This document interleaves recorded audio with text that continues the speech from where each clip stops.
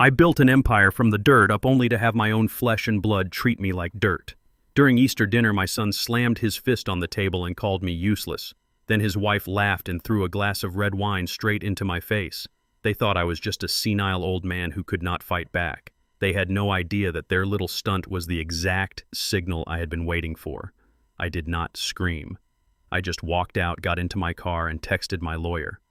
20 minutes later, the federal agents were breaking down their door. Before I tell you exactly how I dismantled their perfect little lives, let me know where you are watching from in the comments below. Hit like and subscribe if you believe disrespecting the person who fed you should come with a massive price tag. My name is Desmond Crawford. Most people in the industry call me Des. I am 73 years old. 40 years ago, with nothing but a used flatbed truck, a stack of unpaid bills, and a promise to my late wife Yvonne, I built Crawford Logistics into one of the most profitable freight companies on the East Coast. We did not have old money or family connections to rely on. We had grit, sweat, and absolute loyalty to our people.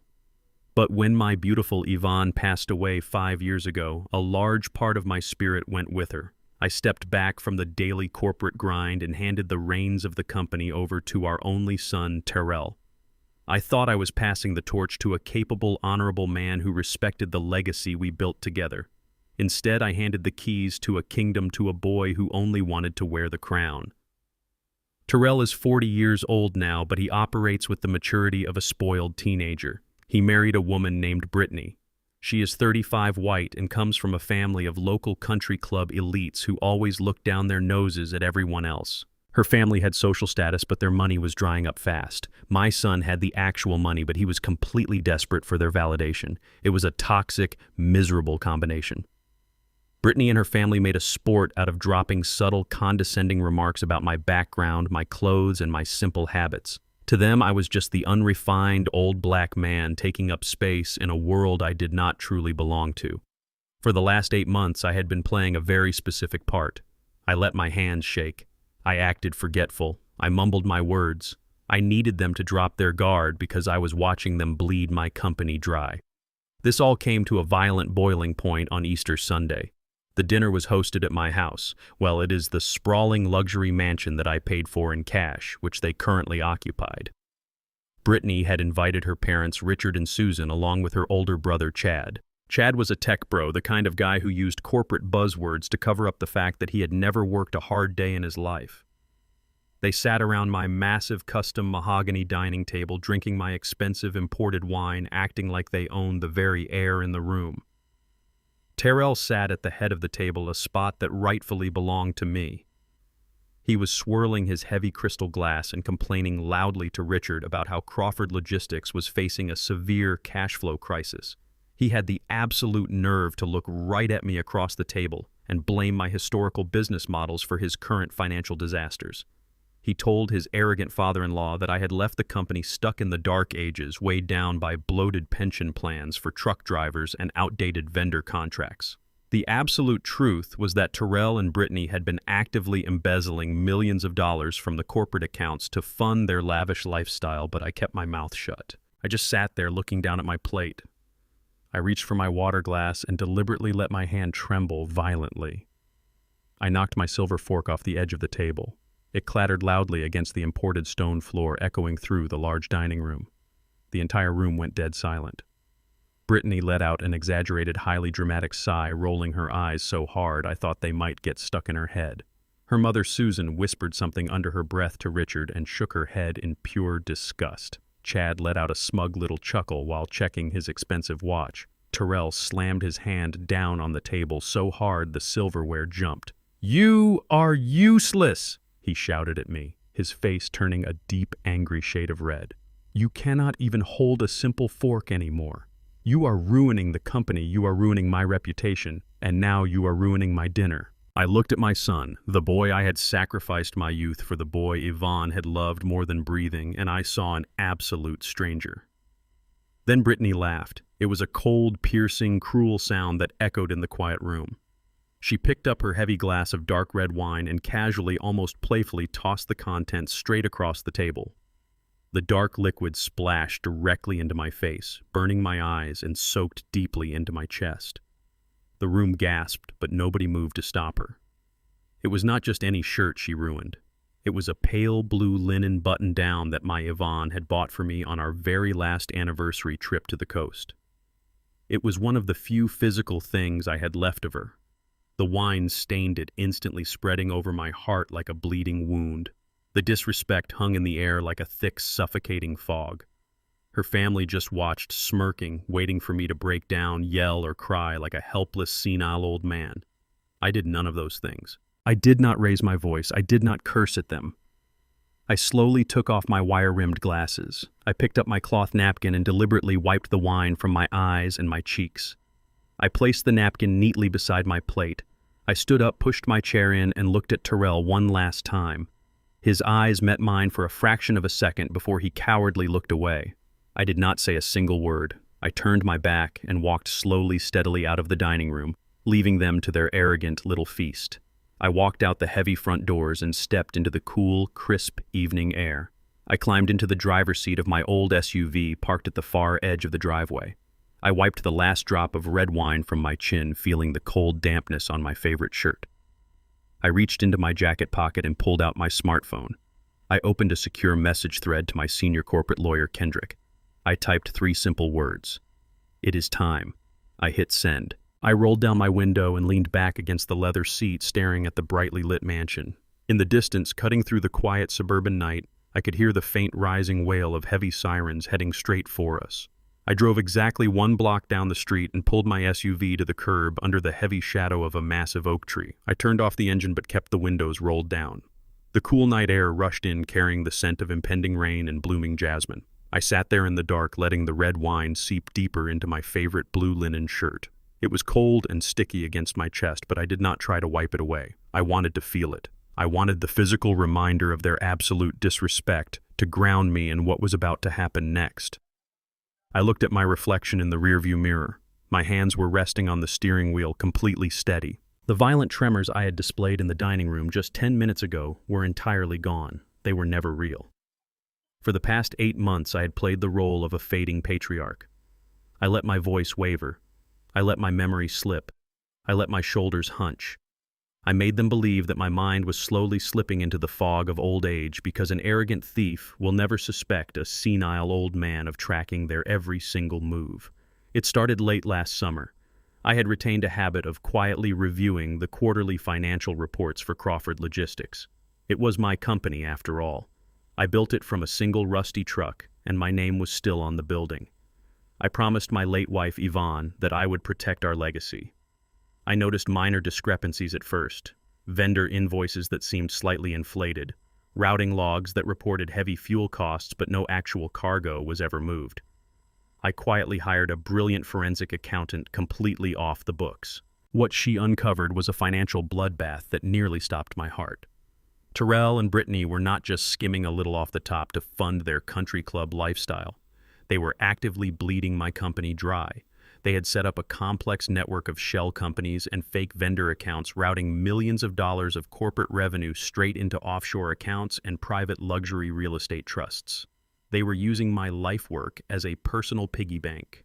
While they were buying designer clothes and taking luxury vacations, they were laying off loyal truck drivers who had families to feed. They were cutting health benefits for the mechanics who had been with me since the very beginning. I could have walked into the boardroom and fired him on the spot. I could have handled it privately, like a family matter. But when you steal millions of dollars and commit federal fraud, you do not just burn your own house down. You risk bringing the entire company down with you. You risk the livelihoods of 500 honest employees. I had to build a case so airtight that the federal government would have no choice but to completely separate Terrell from the corporate entity. So I played the fool. I let Brittany roll her eyes at me. I let her arrogant father Richard mock my background. I let them treat me like a burden. And while they were laughing at me, I gathered every single wire transfer, every fake invoice, and every digital footprint they left behind. I handed it all to my lawyer Kendrick, who walked it straight into the regional office of the Federal Bureau of Investigation. I looked at the glowing green clock on my dashboard. 19 minutes had passed since I sent the text message to Kendrick. The trap was already in motion long before I dropped my fork at the dinner table. The dinner was just the final confirmation I needed that there was absolutely no humanity left in my son. I felt a brief pang of sorrow for the boy I used to know, but that boy was dead. The man sitting at the head of my table was a criminal. The distant wail of sirens suddenly cut off. That is how the federal agents operate when they are moving in for a major takedown. They kill the sirens blocks away to prevent the targets from flushing evidence down the toilet or slipping out the back door. I watched through my windshield as 4 matte black tactical SUVs turned the corner without a single headlight on. They moved like silent, massive predators gliding down the manicured suburban street. They swerved violently into the wide, circular driveway of my mansion, blocking the exits and trapping the luxury cars belonging to Brittany and her arrogant family. The doors of the SUVs flew open before the vehicles even came to a complete stop. More than a dozen agents poured out into the night. They were not local beat cops responding to a domestic disturbance. They were men and women wearing heavy tactical vests with the bright yellow letters FBI and IRS emblazoned across their backs. They did not politely ring the doorbell. They did not wait for anyone to answer. 2 agents carrying a heavy steel battering ram marched straight up the grand front steps. I heard the explosive booming sound of solid oak and reinforced glass shattering inward. The front doors of the mansion were blown completely open. The tactical team flooded into the grand foyer. Instantly, the quiet, wealthy neighborhood was filled with the sounds of pure, absolute chaos. I could hear men shouting clear commands to get down on the floor. I heard the high-pitched, hysterical screams of Brittany and her mother Susan echoing out into the front yard. I heard the loud crash of expensive dining chairs being overturned and crystal wine glasses shattering against the imported stone floors. The elegant Easter dinner had just turned into a federal crime scene. Lights flicked on in the neighboring houses. Dogs started barking down the street. I sat in the dark cabin of my car watching the beautiful destruction unfold with perfect clarity. A few minutes later, the ruined front doors opened again. 2 large federal agents walked out dragging a man between them. It was Terrell. His expensive tailored suit jacket was ripped at the shoulder. His hands were yanked aggressively behind his back and secured with heavy steel handcuffs. He was stumbling, his feet slipping on the broken glass of the front porch. His face was an absolute mask of terror. The arrogant corporate king who had just slammed his fist on the table and called his father useless was now weeping like a frightened child. He looked wildly around the driveway, seeing the flashing red and blue lights silently spinning in the dark, reflecting off the badges of the federal agents. Then he saw my familiar SUV parked down the street under the shadow of the oak tree. He dragged his feet, trying to stop the agents from pulling him toward the transport vehicle. "Dad!" he screamed at the top of his lungs. His voice cracked, echoing down the quiet suburban block. "Dad, please tell them to stop. I am sorry about the wine. I am so sorry Brittany threw the wine at you. Tell the police it was just a family argument. Tell them it was a mistake. Dad, please."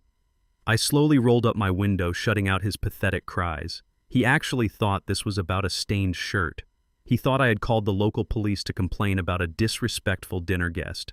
He was so completely blinded by his own arrogance that he had absolutely no idea that the men throwing him into the back of a federal transport vehicle were there for wire fraud, money laundering, and tax evasion. He had no idea he was looking at 20 years in a federal penitentiary. The operation was executed flawlessly. I put my car in gear and drove away from the flashing lights. But putting my son in handcuffs was only the very first step of a much larger war.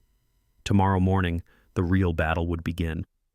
And Brittany was about to find out that throwing wine at the king only guarantees that you will drown in the fallout. The morning after the raid was the most peaceful Sunday I had experienced in 5 years. I woke up at 5 o'clock, just as the sun was beginning to break over the city skyline. I did not wake up in the massive suburban mansion where I had been insulted and humiliated the night before. I woke up in my private corporate penthouse downtown. I brewed a pot of strong black coffee and stood by the floor-to-ceiling windows watching the city wake up. My hands were perfectly steady. The fake tremors, the hunched posture, the confused old man routine, they were all completely gone. I was Desmond Crawford again. I was the founder and majority shareholder of Crawford Logistics, and I was finally taking my empire back. At exactly 8 o'clock in the morning, my personal smartphone vibrated on the glass coffee table. It was not my lawyer. It was an automated voice system from the federal holding facility located just outside the city limits. The robotic voice informed me that I had a collect call from an inmate. I took a slow sip of my coffee, pressed the button to accept the charges, and put the phone on speaker. Dad, Terrell said. His voice was loud, fast, and dripping with that same obnoxious entitlement he had displayed at the dinner table. He was not crying anymore. The initial shock of the tactical raid had worn off, and his deep-rooted arrogance had violently returned. He honestly believed that the entire federal operation was just a massive clerical error. He thought it was a bureaucratic mistake made by some low-level tax auditor. He was annoyed that his perfect holiday weekend had been interrupted. Dad listened to me closely. Terrell commanded, speaking to me as if I was his slow-witted assistant. You need to call our private wealth manager at the bank right now. Tell him to liquidate whatever bonds are necessary and wire the bail money directly to the federal courthouse. They are holding me and Brittany in these filthy concrete holding cells. It smells like bleach and sweat in here. They took my shoelaces and my watch. This is an absolute outrage. Get on the phone and fix this immediately. Tell the lawyers to sue the police department for harassment. I have a golf tournament next weekend, and I am not spending another minute in this disgusting place. I sat in my leather armchair and just listened to him. I let him talk. I let him dig his own grave a little deeper. He was demanding that I drain my own accounts to rescue him from a federal prison after he had spent the last 8 months actively stealing millions of dollars from the very company I built with my bare hands. He threw a glass of wine in my face, and now he wanted me to hand him the keys to the vault. When he finally paused to take a breath, I leaned forward. You think this is a mistake, Terrell? I asked. My voice was no longer the wavering, fragile whisper of a senile old man. It was deep, resonant, and as cold as solid ice. It was the voice of the man who used to negotiate multi-million-dollar shipping contracts with the most ruthless mobsters on the East Coast. Terrell hesitated for a second, clearly caught off guard by the sudden shift in my tone. What are you talking about? He snapped. Of course it is a mistake. Some idiot at the IRS flagged our vendor accounts. It is just a misunderstanding with the new tax software. Just call the bank, Dad, and stop asking stupid questions. I am the chief executive officer of this company, and I am telling you to authorize the wire transfer right now. I took another sip of my coffee. You are not the chief executive officer of anything, I said, quietly. The line went dead silent. The heavy background noise of the holding facility seemed to fade away. What did you just say? Terrell asked, his voice dropping an entire octave. At 7 o'clock this morning, I convened an emergency meeting of the board of directors. I told him, as the founder and majority shareholder, I exercised my executive right to completely restructure the corporate leadership. Your title has been officially stripped. Your security clearance has been permanently revoked. You were terminated for gross financial misconduct exactly 1 hour ago. Dad, Terrell stammered, panic finally starting to crack through his arrogant facade. Dad, you cannot do that. You are retired. You do not have the authority. You do not know what is going on. I know absolutely everything, Terrell, I said, letting the absolute weight of my words crush his chest. I know about the shell companies you set up in Delaware. I know about the fake vendor invoices you used to siphon corporate funds into your private offshore accounts. I know about the $2 million you embezzled to buy that vacation home for Brittany and her arrogant parents. I know you have been bleeding my life work completely dry while treating me like a worthless piece of garbage in my own home. He was breathing heavily into the receiver. The realization was hitting him like a freight train. He finally understood that the old man he had been mocking and dismissing for 8 months was the exact same man who had orchestrated the entire federal raid. You called, the FBI, Terrell whispered, his voice trembling with sheer terror. You set us up. I did not set you up, I corrected him. I just handed them the receipts for the trap you built yourself. And as for your demand for bail money, you can forget about it. I have officially frozen every single personal and corporate bank account tied to your name. Your platinum credit cards are dead. Your trust fund access is locked. Your luxury cars are being repossessed by the bank as we speak. You have absolutely nothing left. Dad, please, Terrell begged. The arrogance was completely gone, replaced by the pathetic whimpering of a broken boy. You cannot leave me in here. The federal agents are talking about 20 years in prison. They are talking about wire fraud and money laundering. Dad, I am your son. You have to help me. I am sorry about the dinner. I am sorry about what Brittany did. I will pay it all back, I swear. Just please call the bank. You sat at my table and called me useless, I reminded him. You watched your wife throw wine on the shirt your mother bought for me, and you did absolutely nothing. You are a coward, Terrell. You let a toxic woman and her greedy family turn you into a common thief. I am not calling the bank. I am not calling the lawyers. You are going to sit in that concrete cell, and you are going to learn what happens when you bite the hand that built your entire world. I did not wait for his response. I pressed the red button and ended the call, leaving him completely isolated in a federal cage. I set the phone down and let out a long, slow breath. It was the hardest thing a father could ever do, but a rotten branch must be cut off before it poisons the entire tree. I had to protect the legacy Yvonne and I built. I had to protect the 500 employees who relied on Crawford Logistics to feed their families. Less than 5 minutes later, my phone rang again. This time it was Kendrick, my senior corporate attorney. Desmond, we have a massive problem, Kendrick said, his voice tense and urgent. What is it? I asked, standing up and walking toward the closet to grab my suit jacket. It is Brittany, Kendrick reported. She is out. How is that possible? I demanded. I froze all their assets. The judge set her bail at $250,000. She does not have access to that kind of cash. She did not use cash, Kendrick explained. Her parents, Richard and Susan, panicked when the federal agents dragged their precious daughter away. They went to a shady bail bondsman at the crack of dawn. They put up their own country club estate as collateral to secure her temporary release. The judge granted it because she is technically a first-time offender. She walked out of the federal courthouse 10 minutes ago. Where is she going? I asked, sliding my arms into my tailored jacket. She is not going home, Desmond Kendrick said. Our private security team just tracked her location. She hailed a taxi outside the courthouse, and she is heading straight for the Crawford Logistics corporate headquarters. She knows the federal agents only seized the physical documents at the house. She is going to the downtown office to wipe the main financial servers and destroy the digital archives before the IRS auditors arrive on Monday morning. She is desperate, Desmond. She is going to burn the evidence. I felt a cold, dangerous smile spread across my face. Brittany thought she was being clever. She thought she could outsmart the old man one more time. She thought she could just walk into my building and erase her crimes. She had absolutely no idea that I had been anticipating her next move since the moment she threw that glass of wine. Tell the security team to let her into the building, I told Kendrick. Do not stop her at the front desk. Let her go all the way up to the executive floor. Let her walk right into the finance department. Are you sure, Desmond Kendrick asked, if she accesses those servers we could lose the primary ledgers?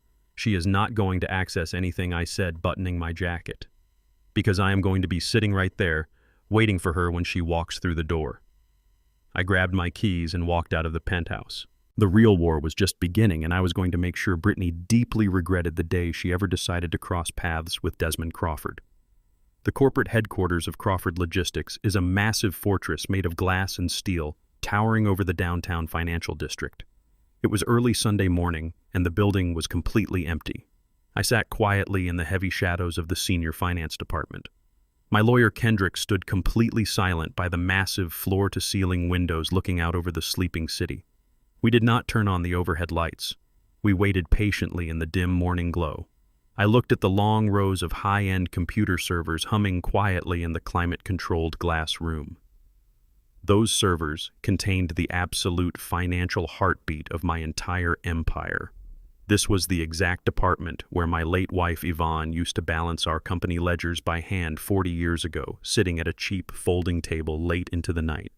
Now the arrogant woman who threw a glass of red wine onto her memory was coming here to burn it all to the ground. I heard the heavy glass doors of the executive floor slide open violently.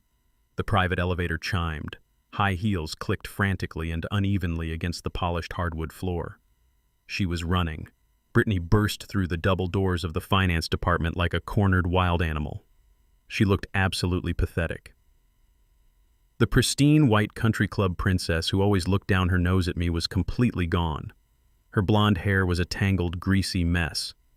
She was wearing the exact same designer clothes from the Easter dinner, but they were deeply wrinkled and stained with sweat from spending the night in a filthy federal holding cell. She was carrying a heavy metal hammer with a bright red handle. She must have broken the glass of the emergency firebox in the hallway to get it. She was panting heavily, her eyes darting around the dark room searching for the main data terminals. She ran straight toward the primary server rack. She raised the heavy metal hammer high above her head, fully intending to smash the master hard drives into tiny, irreparable pieces to hide her massive financial crimes. I reached out and flipped the master switch on the desk. The bright fluorescent overhead lights flickered to life, instantly blinding her. "Drop the hammer, Brittany," I said. My voice echoed through the large open room, cold, sharp, and echoing with absolute authority. She let out a loud, terrified shriek and dropped the tool. The hammer hit the hardwood floor with a heavy, solid thud. She spun around, shielding her eyes from the sudden bright light. When her vision finally cleared and she saw me sitting comfortably at the head of the long mahogany conference table next to my lawyer, her face turned the color of pure ash. She was completely paralyzed. "What are you doing here?" she stammered, taking a shaky step backward. "This is a restricted corporate area. You are retired. I am the acting vice president of operations, and I demand that you leave my office immediately." She actually tried to use a fake corporate title to intimidate the man who literally owned the entire building. It was beyond delusional. Her arrogance was so deeply ingrained that even when caught red-handed, she tried to play the superior aristocrat. I slowly stood up from the expensive leather executive chair. I picked up a thick, heavy manila folder resting on the table. I walked slowly toward her. "You are not the vice president of anything, Brittany," I said, keeping my voice dangerously low and completely steady. "You are a federal criminal out on a temporary bail bond secured by your parents' mortgaged house. And you just broke into a secure corporate facility with a weapon intending to destroy financial evidence. That is legally defined as tampering with an active federal investigation. Kendrick already sent the security camera footage of you walking through the lobby straight to the district attorney. Your bail is going to be permanently revoked by noon today." She started hyperventilating. Her chest heaved as the reality of her situation violently crashed down on her. "You cannot do this to me," she cried, her voice cracking into a pathetic whimper. "We are family, Desmond. I am your daughter-in-law. You do not treat your own family like this. We just made a small mistake." I stopped a few feet away from her. I slammed the thick folder down onto the glass desk right in front of her. The loud smack made her jump out of her skin. "Family does not bleed you dry," I said. I opened the folder displaying the documents. "Let us talk about your brother Chad. Let us talk about the brilliant young tech entrepreneur who always smirked at my clothes and thought he was better than the rest of the world." Brittany stopped breathing entirely. Her eyes widened in absolute sheer terror. She looked at the papers on the desk, and her entire body began to tremble. "Yes, I know all about Chad," I continued, watching the horror bloom on her pale face. "My forensic accountant completely unraveled the fake vendor contracts you and Terrell set up. You created 3 different phantom consulting firms registered to a cheap post office box in Delaware. For the past 8 months, you have been authorizing monthly corporate payments of $50,000 to those fraudulent firms for software optimization services that absolutely never existed." I tapped my finger hard against the highlighted bank routing numbers on the documents. "You were using my company to pay your lazy, arrogant brother a massive fake salary just so he could pretend to be a successful Silicon Valley startup founder," I told her. "You funded his entire fake life, his expensive sneakers, his luxury apartment, and his arrogant attitude with my stolen money. You turned your own brother into an accessory to federal money laundering." She stared at the undeniable proof of her ultimate betrayal. She realized she had not just ruined her own life, but she had dragged her precious golden child brother into a massive federal indictment. But instead of apologizing, instead of dropping to her knees and begging for mercy, her toxic country club entitlement violently kicked in one last time. She squared her shoulders and glared at me with pure venom in her eyes. "You think you are so smart, old man," she hissed, spitting the words at me like poison. "You think you can just snap your fingers and destroy my life and my family? You think you are completely untouchable just because your name is on the building? If you hand those papers to the federal agents, I swear to God I will make sure you go down right next to me." I tilted my head, looking at her with genuine curiosity. "And how exactly do you plan to do that, Brittany?" I asked. She smiled, a nasty, desperate, and ugly smile. "I will go to the press," she threatened, stepping closer to me. "I will go to the major news networks and tell them exactly how Crawford Logistics really operates. I will tell them you pay off union bosses to keep your drivers quiet. I will tell them you deliberately cut corners on federal safety regulations to build your precious fortune. I will tell the federal agents that you ordered me to set up those offshore accounts to hide your own dirty money. I will drag your pristine reputation through the mud and expose every single dirty secret this company has. I will destroy your legacy before I ever let you lock me in a cage." I looked at her desperate, hateful face. I looked at the woman who threw wine on my favorite shirt and called me useless just 24 hours ago. And then I started to laugh. I did not just chuckle. I laughed a deep, genuine, booming laugh that echoed off the glass walls of the finance department. Brittany looked completely confused. Her confident, threatening smirk faltered. She did not understand why her ultimate blackmail attempt was highly amusing to me. "You think this is funny?" she yelled, her voice echoing shrilly. "You think I am bluffing?" I stopped laughing. I stepped right into her personal space, forcing her to look up into my dark, unwavering eyes. I built this empire with my own two bare hands. I told her, my voice resonating with absolute, unquestionable power. 40 years ago, I was hauling heavy freight through the absolute worst blizzards on the East Coast. I ate cheap cold sandwiches in the cab of my truck so I could afford to pay my men. I never missed a payroll. I never cheated a driver out of a single dime. I never paid a single illegal bribe. My hands are calloused and my back is tired because I did the hard, honest work that parasites like you and your brother think you are too good to do. I leaned in closer so she could feel the absolute certainty in my words. "My company is completely clean," I whispered. "My legacy is absolutely untouchable. I do not have a single skeleton in my closet for you to find. If you want to go to the federal agents and tell them a fairy tale, you go right ahead. Go to the press. Tell them whatever you want to tell them. They will look at the hard physical evidence sitting on this table. They will look at your fake phantom companies, and they will laugh you right out of the room." I turned to my lawyer, who was already holding his phone. "Kendrick," I said calmly, "call corporate security. Have this woman escorted off the premises and make sure the local police are waiting for her in the main lobby. Her bail conditions state she cannot be near company property." Brittany started screaming hysterically as the reality of her total destruction finally set in. She lunged forward, trying to grab the folder off the desk, but Kendrick easily pulled it away from her reach. She sobbed and cursed my name, but I was already turning my back on her. Putting Brittany back in a concrete cell was only part of the plan. I pulled out my phone and checked the time. I had one more stop to make today. Chad had been spending my hard-earned money pretending to be a self-made genius. It was time to show that arrogant boy what a real self-made man looks like when he comes to collect his debts. I returned to my mansion later that afternoon. The front doors had already been replaced by my security team, and the broken glass from the federal raid was completely swept away. I poured myself a glass of bourbon and sat in my leather armchair, enjoying the absolute silence of my reclaimed home. But toxic people are like weeds. If you do not pull them up by the absolute deepest roots, they will always find a way to creep back into your yard. The heavy brass knocker on my front door began to pound aggressively. It was not the polite knock of a neighbor. It was the entitled pounding of someone who believed they owned the world. I did not call my security team. I walked over and opened the heavy oak door myself. Standing on my front porch was Chad. He was Brittany's older brother. He was the kind of guy who wore $1,000 sneakers with custom-tailored sweatpants and thought he was a Silicon Valley visionary. He ran a tech startup downtown that developed some useless logistics application. For years, he had looked down his nose at my traditional freight business, calling my methods dinosaur tactics.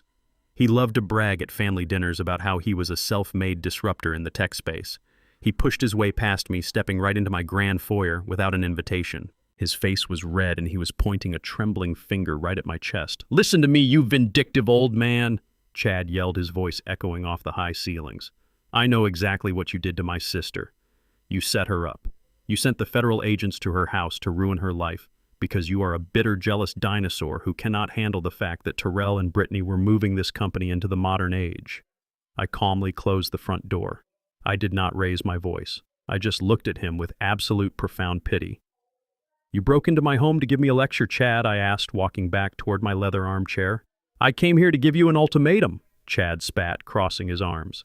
He paced across the imported rug, trying to look intimidating. "You are going to call your expensive lawyers, and you are going to drop every single civil and criminal charge against Brittany right now. If you do not, I am going to completely destroy you. I have massive connections in the tech media. I have thousands of followers. I will go on every major podcast and business blog, and I will expose you. I will tell the entire world that Desmond Crawford is a predatory, abusive billionaire who exploits his own family and uses federal agents to bully his daughter-in-law. I will cancel you and your entire prehistoric trucking company by tomorrow morning." He stood there breathing heavily, completely convinced that his little social media threat had me backed into a corner.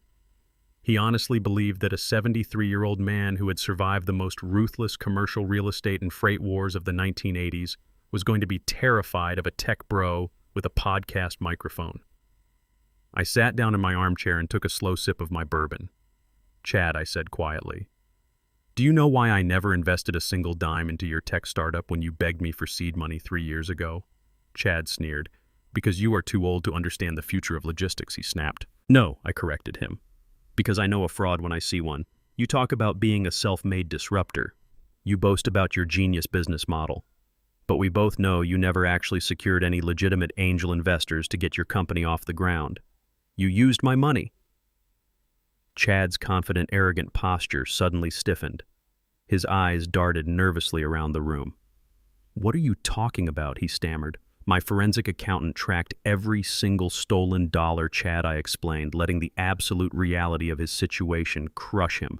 Brittany embezzled millions from Crawford Logistics. But she did not just buy designer dresses and luxury vacations. She routed over $2 million of my corporate funds through phantom consulting firms in Delaware straight into your startup. Your entire company was built on stolen federal funds. You are not a genius tech entrepreneur. You are a recipient of laundered money." "That is a lie," Chad shouted, but his voice cracked with pure panic. "You cannot prove any of that. My venture capital firm just cleared a $10 million Series A funding round for me. I am backed by the biggest investors in the state." I smiled. It was a cold, calculating smile that made the blood drain entirely from his face. "You were backed by the biggest investors in the state," I corrected him. I reached into my pocket and pulled out my smartphone. I did not call the police. I did not call my security guards. I called a man named Marcus Vance.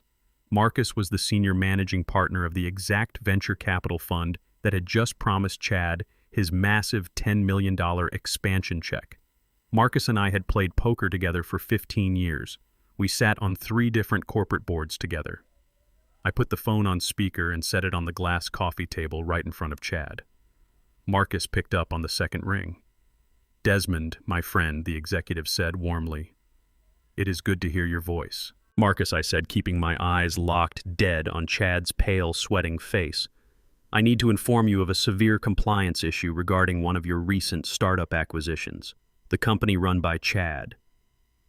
Chad lunged forward trying to grab the phone, but I simply raised my hand and pointed a single commanding finger at him, stopping him dead in his tracks. "What is the issue?" Desmond Marcus asked, his tone instantly shifting to strict business. "The seed money used to establish Chad's company was actively embezzled from Crawford Logistics," I stated clearly. "My son and his wife stole the funds and laundered them into his startup. The FBI and the IRS have already executed tactical raids on my former executives, and the indictments for wire fraud are being processed as we speak. If your venture capital firm transfers that $10 million funding round to Chad, your entire portfolio will be legally tied to a federal money laundering and racketeering investigation. I'm giving you a professional courtesy heads up, Marcus, before the federal agents freeze his accounts." There was a heavy, dead silence on the speakerphone. I could hear the sound of Marcus typing furiously on a keyboard in the background. "Desmond, I owe you one," Marcus finally said, his voice ice cold. "I am killing the funding round immediately. We are withdrawing all financial backing and issuing a corporate disavowal notice within the hour. That boy is officially radioactive. Thank you for the warning." Marcus hung up the phone.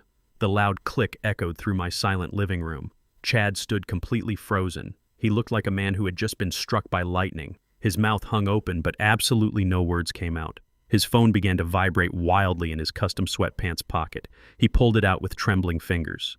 I watched as his screen lit up with emergency notifications from his banking applications, his board members, and his legal team. The $10 million funding was gone. His startup was dead. His reputation in the tech industry was completely incinerated in less than 5 minutes. He dropped his phone onto the expensive rug. His knees buckled, and he collapsed onto the floor right in front of me. The arrogant tech bro who had kicked down my door to threaten me was now hyperventilating on his hands and knees, weeping like a broken child. He had absolutely nothing left. "Get off my floor, Chad," I said, my voice devoid of any pity. "You tried to use my stolen money to buy a crown you did not earn. Now you get to explain to the federal auditors exactly how you funded your fake empire. Walk out of my house before I have you arrested for trespassing." Chad did not argue. He did not issue any more empty threats. He pulled himself up off the floor, completely shattered, and stumbled blindly out the front door. I picked up my glass of bourbon and took a slow, satisfying sip. The perimeter was secure, but the war inside the federal holding cells was just beginning. Brittany had just lost her wealthy parents, her stolen house, and now the brother she had risked federal prison to enrich was completely bankrupt. She had absolutely no lifelines left. A toxic rat backed into a corner will always turn and bite the closest thing to it. And the closest thing to Brittany right now was my cowardly son, Terrell. They were locked in a concrete cage together, and the absolute destruction of their marriage was about to be a masterpiece. There is a profound difference between a person who makes a mistake and a person who is fundamentally corrupt. When a good person is caught doing something wrong, they feel shame. They apologize. They try to make amends. But when a truly corrupt person is backed into a corner, they do not feel remorse. They only feel a desperate, vicious need to survive, no matter who they have to destroy in the process. Brittany was fundamentally corrupt. I had stripped away her arrogant parents. I had incinerated her brother's fraudulent technology company. Her fake aristocratic world was burning to the ground all around her. She was out on a temporary bail bond secured by her parents' mortgaged house, but she knew the federal prosecutors were coming for her. She knew she was facing decades in a federal penitentiary for money laundering and corporate fraud. She had no safety net left. So she decided to do what selfish people always do. She decided to run. I was sitting in my corporate office looking over the morning financial reports when my lawyer Kendrick walked in. He did not even bother to sit down. He stood in the doorway with a dark, satisfied smile on his face. He told me that our private security team had just tracked Brittany entering the main downtown branch of First Sterling Continental. It is the most exclusive bank in the city, the kind of institution where you need a minimum of $5 million in liquid assets just to open a basic checking account. Brittany had been using my stolen corporate funds to maintain a VIP account there for the past 8 months. She thought she could just stroll into the bank, pull out her black corporate credit card, and buy her way out of a federal indictment. She marched right past the regular teller lines and demanded to be let into the private wealth management lounge on the second floor. She was wearing a massive pair of dark designer sunglasses and a silk trench coat, hoping to go unrecognized. She sat down in a plush leather chair across from the senior branch manager. She slapped the heavy black corporate credit card onto the polished mahogany desk. She demanded an immediate wire transfer of $250,000 to an offshore account in the Cayman Islands. She also demanded that the bank concierge service purchase her a one-way first-class airplane ticket to Dubai, leaving that exact same afternoon. Dubai does not have a standard extradition treaty with the United States. She was actively trying to flee the country and abandon her husband in a federal holding cell. But Brittany did not realize that I had already anticipated her cowardly escape plan. 2 days ago, Kendrick had personally hand-delivered a massive stack of federal injunctions to the executive board of First Sterling Continental. The bank executives knew exactly who I was, and they knew that the accounts Brittany was trying to access were the subject of a massive federal criminal investigation. I had given the bank manager very specific instructions on how to handle my daughter-in-law if she ever dared to show her face in their building again. The branch manager picked up the black credit card. She did not smile. She did not offer Brittany a glass of expensive sparkling water like she usually did. She simply looked at her computer screen and typed in the account number. The entire terminal immediately flashed with bright red security warnings. The system locked down instantly. The manager looked at Brittany with absolute professional coldness. She informed my daughter-in-law that the transaction could not be completed. Brittany immediately lost her temper.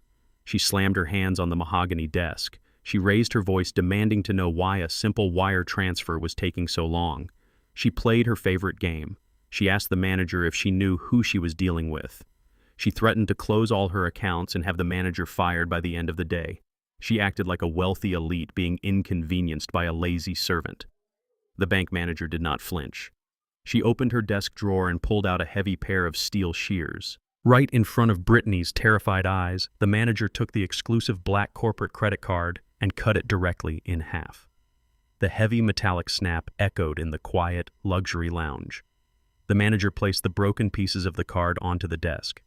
She informed Brittany that the account had been seized by the Federal Bureau of Investigation and the Internal Revenue Service. She stated that the bank was legally obligated to confiscate any financial instruments tied to the frozen corporate assets.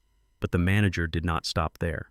She looked Brittany dead in the eye and informed her that attempting to wire funds from a frozen federal account while out on a criminal bail bond was a severe felony violation. The manager calmly pressed the silent security alarm located under her desk. She told Brittany that the local authorities and the federal marshals had already been notified of her presence in the building. The color completely drained from Brittany's face. The arrogant, entitled country club princess suddenly realized she had just walked directly into a massive legal trap. She was not a wealthy client commanding a bank manager. She was a desperate fugitive who had just handed the federal government another felony charge on a silver platter. Through the thick glass windows of the bank lounge, Brittany could hear the faint but rapidly approaching wail of police sirens echoing through the downtown financial district. The sound sent her into an absolute panic. She grabbed her expensive designer handbag and stumbled backward, knocking over her leather chair. She did not wait for the elevator. She ran toward the emergency stairwell, her high heels clicking frantically against the concrete steps. She sprinted out the back service exit of the bank and disappeared into the busy downtown crowds just minutes before the police cruisers swarmed the main entrance. She was officially running from the law. She had violated her bail conditions, and the federal marshals would be hunting her down before sunset. But a toxic, cornered animal always tries to find a human shield. About an hour after she fled the bank, Kendrick walked back into my office carrying a small digital audio player.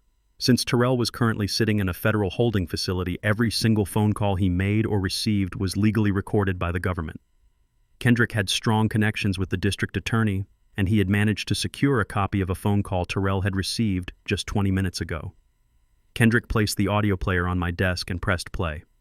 The sound of Brittany's hysterical sobbing filled my quiet office. She had called her husband from a burner phone in a dirty alleyway. She did not call to comfort him. She did not call to figure out a legal strategy together. She called to throw him directly under the bus. Through the audio recording, I heard her begging and screaming at my son. She told Terrell that the federal agents were coming for her. She told him that her parents were going to lose their house if she went to prison. And then she made the most disgusting, manipulative demand I had ever heard in my entire life. She ordered Terrell to confess to absolutely everything.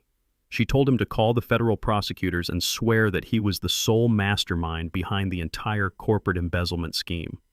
She demanded that he tell the authorities he had forced her to sign the fake vendor contracts and that she had absolutely no idea the money was stolen. She was actively demanding that my son take a 20-year prison sentence so she could walk away completely clean. I listened to Terrell's voice on the recording. He sounded completely broken. He asked her how she could possibly ask him to do that. He reminded her that they were supposed to be a team. He reminded her that he had alienated his own father to give her the luxury lifestyle she demanded. Brittany's response was absolutely chilling. Her sobbing stopped instantly and her voice turned into pure venom. She told him that if he really loved her, he would take the fall. She said he was a weak, useless man and that taking the blame was the only valuable thing he could ever do for her.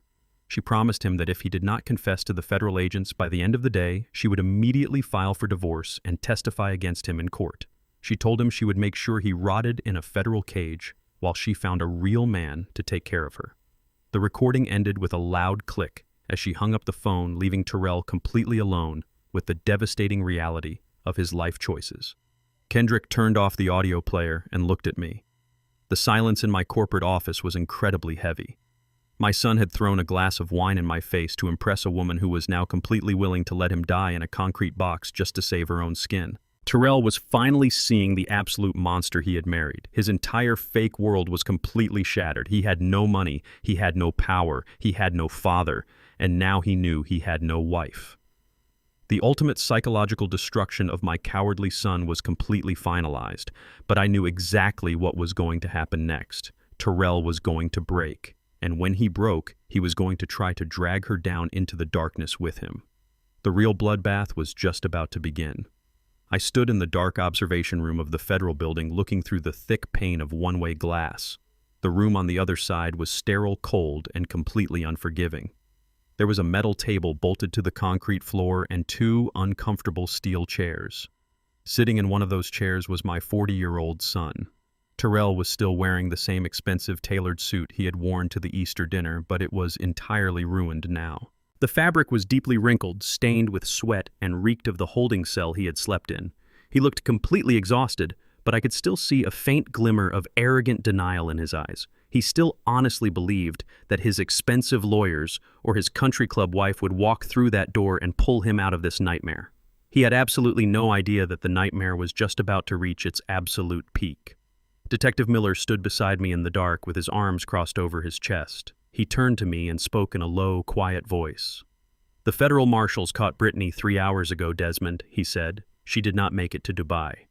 They intercepted her at a private airstrip just outside the county limits trying to charter a small jet with a bag full of stolen jewelry. And you will never guess what she did the absolute second the steel cuffs clicked around her wrists. She did not ask for a phone call to her parents. She did not ask for her high-priced defense attorney. She asked for the federal prosecutor. She sat down in an interview room and she sang like a canary." I kept my eyes locked on Terrell through the glass. I felt no surprise. Toxic people have absolutely no loyalty to anyone but themselves. When the ship goes down, the rats will always step on each other to keep their heads above the water. Detective Miller tapped the glass. "Watch this," he said. "This is going to break him completely in half." 2 federal agents walked into the interrogation room carrying a silver laptop and a thick stack of printed transcripts. They did not sit down. They did not offer Terrell a glass of water. They simply opened the laptop, placed it on the metal table, and turned the screen so it was facing my son perfectly. Terrell looked up at the agents with a tired, annoyed expression. "Listen," he said, his voice muffled but clear through the audio speakers in the observation room. "I am not saying another word until my wife gets here. We have joint legal representation. You are wasting your time." The lead agent did not argue. He simply reached out and pressed the play button on the laptop keyboard. Brittany's voice filled the small concrete room. It was an official audio recording of the sworn statement she had given to the federal prosecutors just 1 hour ago. But it was not the arrogant, demanding voice of the woman who had thrown a glass of red wine into my face. It was the trembling, fragile voice of a terrified victim playing the performance of her entire life. I did not know what he was doing. She wept through the laptop speakers, her fake sobs echoing off the concrete walls. Terrell controlled absolutely everything. He was a tyrant in our house. He handled all the corporate finances and he kept me completely in the dark. He would just put these dense legal contracts in front of me and demand that I sign them. When I tried to ask questions about the consulting firms or where the money was going, he would get so angry. He threatened to cut me off. He threatened to leave me with absolutely nothing. I was so incredibly scared of him. I watched Terrell's face as the audio played. The transformation was violently immediate. The color completely washed out of his cheeks, leaving his skin a sickly pale gray. His jaw dropped open and his eyes widened in sheer, unadulterated horror. He stared at the silver laptop as if a venomous snake had just crawled out of the screen. The recording continued mercilessly. He hated his father, she sobbed, spinning a web of absolute poisonous lies to save her own skin. Terrell despised Desmond. He told me that the old man was ruining the logistics company and that he deserved to be completely stripped of his assets. I begged him to stop taking the money. I begged him to leave the corporate accounts alone, but he would not listen. He orchestrated the entire embezzlement scheme by himself. He forced me to be a board member on those shell companies so he could use my name to hide his stolen money. I am just a victim of his massive financial manipulation. Please, you have to believe me. He is the mastermind. I had nothing to do with this. The federal agent reached out and pressed the pause button. The sudden silence in the interrogation room was incredibly heavy. It was the suffocating silence of a man's entire universe violently imploding right in front of his eyes. Terrell could not breathe. He grabbed the edges of the metal table, his knuckles turning completely white. He was hyperventilating, gasping for air like a drowning man. The woman he worshipped, the woman he had alienated his own father for the woman who he thought was his partner in this grand aristocratic life, had just thrown him directly under the heaviest bus she could find. She had painted him as a predatory, abusive mastermind and offered him up to the federal government on a silver platter to guarantee her own immunity. I watched him crumble. The psychological destruction was absolute. He remembered the Easter dinner. He remembered sitting at the head of the table blaming me for the company failures while she laughed. He remembered her throwing the dark red wine onto my chest, the shirt my late wife Yvonne had bought for me. He thought they were a team. He thought her cruelty toward me was a sign of her loyalty to him. But cruelty is never loyal. Cruelty is a loaded weapon, and the second Brittany ran out of targets, she turned the barrel directly against his head. He dropped his head onto the cold metal table and began to sob. It was not the angry, frustrated crying of a caught criminal. It was the deep, guttural weeping of a man whose very soul had been completely ripped out of his chest. He sobbed so hard, his shoulders shook violently against his ruined, tailored suit. He had absolutely no one left. He had burned the bridge to his father to build a castle with his wife, and now his wife had locked him in the dungeon and set the entire castle on fire. The federal agent stood perfectly still, letting the sheer gravity of the betrayal crush the remaining fight out of him. They knew exactly what they were doing. They were breaking his spirit into tiny, irreparable pieces so they could mold his confession. Terrell slowly lifted his head. His face was a terrible mess of sweat and tears. The deep sorrow in his eyes suddenly shifted, hardening into a desperate, burning rage. If he was going down, he was going to make absolutely sure the woman who betrayed him drowned in the exact same water.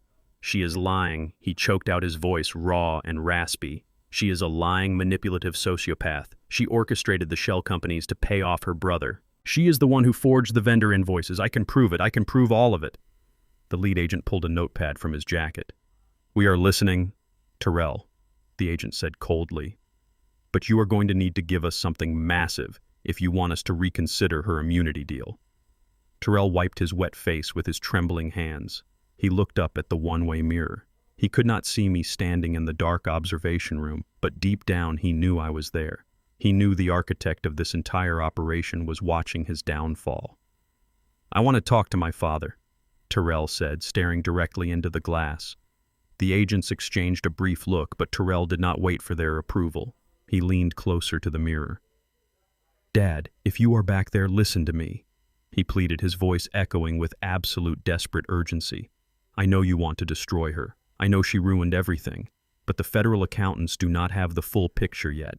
Brittany has a hidden offshore slush fund. She bought commercial real estate under a different maiden name in the Caribbean, completely off the books. Millions of dollars stolen directly from your company that the FBI has not found yet. Let me talk to you, Dad. Let me give you the exact account numbers. I will give you everything you need to lock her away for the rest of her natural life. Just please come in here and talk to me." I stood in the dark observation room, letting his desperate plea wash over me. He was offering me the final piece of the puzzle. He was offering to hand over the hidden millions to buy a shred of my mercy. Detective Miller turned to me. "Well," Desmond the detective said quietly, "do you want to go in there and hear what your son has to say?" I adjusted the cuffs of my bespoke suit. I looked at the broken, weeping man on the other side of the glass. The rage and the sorrow had completely settled, leaving only cold, absolute clarity. "Open the door, detective," I said softly. "I think it is time I had a final board meeting with my former chief executive officer." I stepped through the heavy steel door of the federal interrogation room. The air inside was incredibly stale, smelling of cheap floor cleaner and profound, absolute regret. The two federal agents who had been standing guard quietly stepped outside, closing the heavy door behind them with a solid metallic thud. I was left completely alone with the man who used to be my son. Terrell looked absolutely pathetic. He was hunched over a cold metal table, his hand shackled to a thick steel ring bolted securely to the floor. The arrogant chief executive officer who had slammed his fist on my custom mahogany dining table just 48 hours ago was entirely gone. In his place sat a broken, trembling boy. His expensive tailored suit was completely ruined. The fabric was deeply wrinkled and stained with sweat from spending the night in a filthy holding cell. His face was swollen and his eyes were bloodshot from hours of uninterrupted crying. When he saw me sit down in the cold steel chair across from him, he immediately started weeping again. "Dad," he choked out, his voice cracking under the massive weight of his own monumental failures. "You came. I knew you would come. I knew you would not just leave me in here to rot in a concrete box." He leaned forward, pulling desperately against his metal chains. The steel clanked loudly against the table. "Dad, you have to believe me," he pleaded, tears streaming down his face. "I was completely manipulated. Brittany poisoned my mind. She isolated me from you. She made me feel like I was never enough, like I had to steal that corporate money just to keep up with her wealthy family and their country club lifestyle. She orchestrated the shell companies. She told me it was the only way to modernize the business and survive the current market. I was just trying to keep my marriage together. She brainwashed me, Dad. She is a monster, and I am just her victim." I sat perfectly still. I did not reach out across the table to comfort him. I did not offer him a single ounce of a father's warmth or reassurance. I just stared at him, letting his pathetic, cowardly excuses hang in the sterile air of the interrogation room. "You think this is about her?" I asked. My voice was dangerously low and completely devoid of any emotion. "You think I am sitting in this federal building right now because I care about the lies your toxic wife fed you?" Terrell blinked rapidly, his face wet with tears. "But the offshore accounts—" "Dad," he stammered, desperate to offer me a trade. "I can give you the account numbers. I can give you the exact locations of the commercial real estate she bought in the Caribbean, completely off the books. If I give you everything, you can talk to the federal prosecutor, right? You can hire the best defense attorneys in the state and get me a reduced sentence. We can destroy her together, Dad. We can fix this." I leaned forward, resting my forearms on the cold metal table. I looked deeply into his bloodshot eyes, searching for any lingering trace of the strong, honorable man his mother and I had sacrificed everything to raise. I searched for a man who understood accountability. I found absolutely nothing. "You have been a coward since the day you were born, Terrell," I said. My words cut through the quiet room like a serrated surgical blade. "You always took the easy way out. You always let other people fight your battles for you. And when things got incredibly difficult, you always looked around for someone else to blame for your own actions." Terrell flinched hard, as if I had physically struck him across the face. "Dad, please," he whispered, his voice breaking into a pathetic whimper. "I am not finished." I commanded, silencing him instantly. "You sit in this federal cage, and you blame Brittany for your massive financial crimes. But Brittany did not force you to sign those fraudulent vendor contracts. Brittany did not force you to fire loyal truck drivers who had young families to feed just so you could buy a luxury vacation home. And Brittany certainly did not force you to sit at the head of my dining table, look me dead in the eye, and call me useless." I watched the deep, overwhelming shame wash over his face, making him look physically ill, but I refused to stop. He needed to hear the absolute truth before I walked out of his life forever. "That glass of dark red wine your wife threw in my face did not hurt me, Terrell." I continued, my voice echoing with absolute, unbreakable authority. "It ruined a beautiful linen shirt your late mother bought for me, but the wine itself did not cause me any pain. What hurt me was watching my own flesh and blood sit silently in his chair and watch it happen. What hurt was watching you look away because you were too much of a coward to defend your own father in his own house. Dad, I am so sorry." He sobbed, completely collapsing forward onto the metal table, burying his face in his shackled hands. "I am so sorry." I stood up, pushing my steel chair back. The harsh scraping sound echoed off the concrete walls. "You offered me the offshore account numbers to buy my mercy," I said, looking down at his trembling shoulders. "The federal agents are waiting just outside that door with a pen and a legal pad. You are going to give them every single detailed record about Brittany's hidden millions because cooperating with the government is the absolute only leverage you have left in this world. But do not ever confuse your cooperation with my forgiveness." I turned my back on him and walked toward the heavy steel door. "Dad, wait!" Terrell screamed, pulling violently against his metal chains. "Where are you going? You have to help me get out of here. You cannot just leave me." I stopped and turned around, looking at him one last time. I wanted to remember this exact image of him so I would never be tempted to look back. "I did not come here to save you, Terrell," I stated with absolute, chilling finality. "I came here to watch you pay the price." I knocked twice on the heavy door and the agents opened it immediately. I walked out of the interrogation room, leaving the desperate, echoing sobs of my former son locked securely behind a solid steel barrier. I walked down the long, sterile hallway of the federal courthouse, feeling a profound, incredible sense of closure. The rot had been completely excised from my life. The infection was officially gone. I stepped out through the grand front doors of the courthouse into the bright, warm afternoon sunlight. My lawyer, Kendrick, was leaning against the side of my black SUV, holding his secure phone to his ear. When he saw me approaching, he quickly ended his call and tucked the phone into his tailored suit pocket. A sharp, highly predatory smile spread across his face. "How did the board meeting go?" Kendrick asked, extending his hand to offer me a thick manila folder. "He is fully cooperating with the federal prosecutors," I replied, taking the folder and sliding into the back seat of the vehicle. "He is going to hand them every single offshore account Brittany tried to hide. He honestly thinks it will save him, but he is looking at a decade behind bars regardless of his cooperation." "What do you have for me?" Kendrick climbed into the seat beside me and let out a low, dark chuckle. "It seems Brittany's parents are panicking Desmond. Richard and Susan are completely terrified. They put up their own country club estate as collateral to secure Brittany's temporary bail bond. But now that she tried to flee the country on a private jet, the federal judge has permanently revoked her bail. The bail bondsman is actively moving to seize their property to cover the massive financial loss. They are entirely bankrupt and desperate for fast cash." I opened the folder resting on my lap. Inside were several printed screenshots of a high-end luxury real estate listing. It was an active listing for a sprawling suburban mansion. My mansion. The exact house where they had hosted that disastrous Easter dinner and thrown wine in my face. "They are trying to sell the house," I said, staring at the glossy photographs of my own living room and custom kitchen. "Exactly." Kendrick smiled, his eyes gleaming with anticipation. In their sheer absolute desperation, they contacted a luxury real estate broker early this morning. They are trying to quickly liquidate the mansion to pay off the ruthless bail bondsman and secure a top-tier defense attorney for their precious daughter. Richard is walking around telling the brokers that the house belongs to his son-in-law and that he has the legal family authority to sell it to cover their emergency expenses. I looked at the listing price. They were trying to sell my multi-million-dollar property for a quick, massive cash buyout. The sheer audacity of these arrogant people was simply boundless.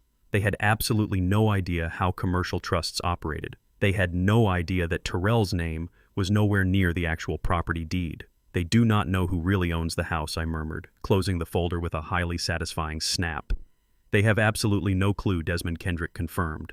"They think they are about to walk away with millions in clean cash. They are hosting a massive open house and a public estate sale tomorrow afternoon to liquidate the expensive furniture and lock in a wealthy cash buyer." I looked at my lawyer, feeling the familiar thrill of the hunt ignite my blood all over again. "Tell the driver to get the car ready, Kendrick," I said, leaning back against the leather seat. "I think it is time we attend a luxury open house and give Richard the brutal real estate education he so desperately needs." The afternoon sun was shining brightly over the upscale suburban neighborhood as my black vehicle pulled onto the familiar street. It was a beautiful day for an absolute massacre. As my driver navigated toward the massive iron gates of the estate, I looked out the window and saw a sickening display of pure upper-class desperation. The street was lined with expensive luxury cars. Bright red signs were planted in the manicured grass reading exclusive estate sale and open house. Richard and Susan, the arrogant parents of my criminal daughter-in-law, were throwing a fire sale. They had permanently lost their own country club mansion to the ruthless bail bondsman when Brittany tried to flee the country. Now they were entirely homeless, completely bankrupt, and desperate for fast cash. They thought they had found the perfect loophole. They assumed that because their daughter was married to my son, the sprawling multi-million-dollar mansion he lived in was a marital asset. They assumed they could just hire a luxury real estate broker, invite their wealthy friends over, and liquidate my entire property to save their own pathetic skins. They were inside my house right now, putting price tags on my custom furniture and accepting cash offers for the very roof I had paid for. I stepped out of the vehicle and buttoned my bespoke suit jacket. My lawyer, Kendrick, stepped out right behind me holding his heavy black leather briefcase. We walked up the wide concrete driveway, completely ignoring the chaotic crowd of wealthy bargain hunters carrying out expensive lamps and imported rugs. I felt a cold, deep anger burning in my chest, but my face remained an absolute mask of stone. The front doors were wide open. We walked right into the grand foyer. The scene inside was completely disgusting. Susan was standing near the sweeping staircase wearing a designer dress and a forced fake smile, holding a clipboard. She was haggling with a neighborhood wife over the price of a vintage crystal chandelier. Richard was standing in the center of the living room holding a glass of sparkling water. He was talking loudly to a local real estate broker and a wealthy couple who were looking to buy the estate. Richard was acting like the proud patriarch, showing off the high ceilings and the custom hardwood floors as if he had built the house with his own 2 hands. I did not clear my throat. I did not announce my presence. I simply walked into the center of the living room and stood directly behind Richard. Kendrick stood right beside me. The wealthy couple, noticing my dark tailored suit and my uncompromising posture, immediately stopped talking. The real estate broker looked confused. Richard turned around slowly, annoyed that his grand sales pitch had been interrupted. When he saw me standing there, the fake aristocratic smile completely vanished from his face. His skin turned a pale, sickly shade of gray, but his toxic country club entitlement refused to let him back down in front of potential buyers. "What are you doing here, Desmond?" Richard demanded, lowering his voice into a harsh whisper. "This is a private estate sale. You have absolutely no right to be on this property. I am asking you to turn around and walk out that door right now before I call the private security to escort you off the premises." I looked at him with profound, absolute pity. "You are selling my house, Richard," I said calmly, my deep voice carrying across the quiet living room. Richard let out a short, arrogant laugh, puffing out his chest. "This is not your house, old man," he sneered, stepping closer to me. "This house belongs to my son-in-law Terrell and my daughter Brittany, and since they are currently indisposed, fighting the ridiculous false charges you completely fabricated, I have been granted the family authority to liquidate their assets. We have already accepted a cash offer of $4 million for the property. The paperwork is being drafted right now. You are entirely powerless here. You are just a bitter old dinosaur who cannot stand the fact that we outsmarted you." I did not argue with him. I simply turned my head and looked at the luxury real estate broker who was standing nervously nearby, holding a stack of glossy marketing brochures. "Are you the listing agent for this property?" I asked the broker. The man nodded eagerly, adjusting his expensive tie. "Yes, sir, I am," he replied. "We are moving very quickly on this estate. Mr. Richard here signed the exclusive brokerage agreement just this morning." I looked back at Richard. He was smiling a smug, victorious smile. He honestly believed he had just legally stolen $4 million from me. He thought he was walking away a rich man. "Kendrick," I said quietly, "please educate this gentleman on commercial property law." My lawyer stepped forward. He placed his heavy black briefcase onto a nearby marble table and popped the golden clasps. The metallic sound echoed sharply in the large room. Kendrick pulled out a thick stack of watermarked legal documents bearing the heavy blue seal of the county clerk. Mr. Richard Kendrick began, his voice echoing with cold, clinical authority. "You just stated in front of multiple witnesses that you signed an exclusive brokerage agreement to sell this estate. You stated that the property belongs to Terrell and Brittany. I am afraid you have made a catastrophic legal error." Richard crossed his arms, trying to look unbothered, but I could see a bead of sweat rolling down his temple. "What are you talking about?" he demanded. Kendrick held up the first document for the real estate broker to see. "This house was never purchased by Terrell Crawford," the lawyer announced loudly, ensuring that every single person in the room could hear the truth. "It was purchased in cash 7 years ago by Desmond Crawford, and upon purchase, it was immediately transferred into the Yvonne Crawford Irrevocable Living Trust." Susan dropped her clipboard. It clattered loudly against the floor. "The sole trustee and absolute legal owner of this entire estate is Mr. Desmond Crawford, standing right here," Kendrick continued, his voice rising. "Terrell was merely listed as a conditional tenant. His name is absolutely nowhere on the deed. Brittany has zero legal claim to this property. And you, Richard, have just attempted to sell a multi-million-dollar commercial asset that does not belong to you." The real estate broker turned completely white. He snatched the document from Kendrick's hand and read the official deed. His eyes widened in sheer absolute horror. He looked at Richard as if the man was covered in a highly contagious disease. "You signed a binding legal contract claiming you had the right to sell this house," the broker shouted at Richard, his voice cracking with panic. "You lied to me. You involved my brokerage in a massive federal crime. It is called wire fraud and real estate fraud," Kendrick clarified, perfectly calm.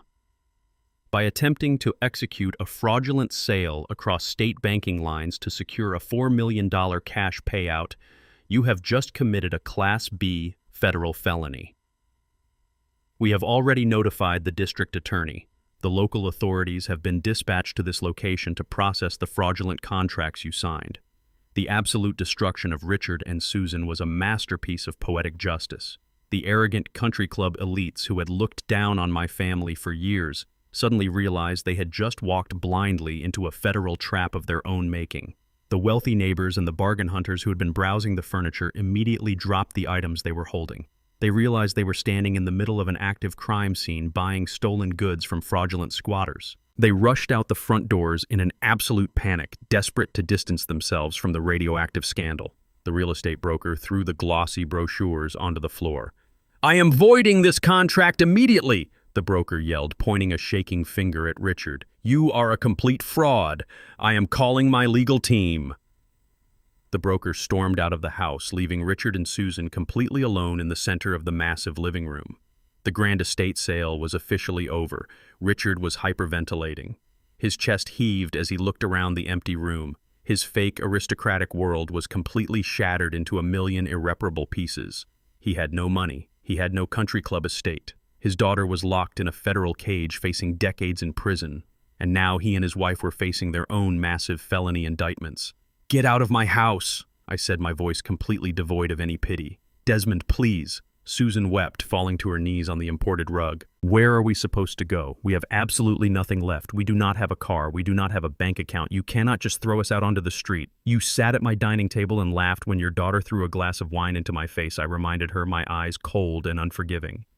"You thought my silence was weakness. You thought you could completely erase me and steal my legacy. I am taking my legacy back.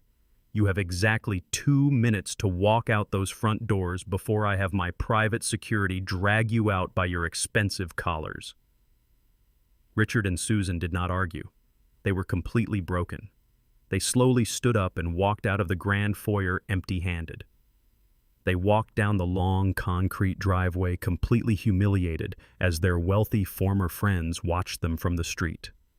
They were officially homeless, entirely bankrupt, and waiting for the federal marshals to come for them. I stood in the quiet living room, feeling a profound sense of absolute order being restored. The house was finally mine again. But as I looked around the empty room, I knew the cleansing was not entirely finished. Brittany had lived in this house for 3 years. Toxic, greedy people like her always keep secrets.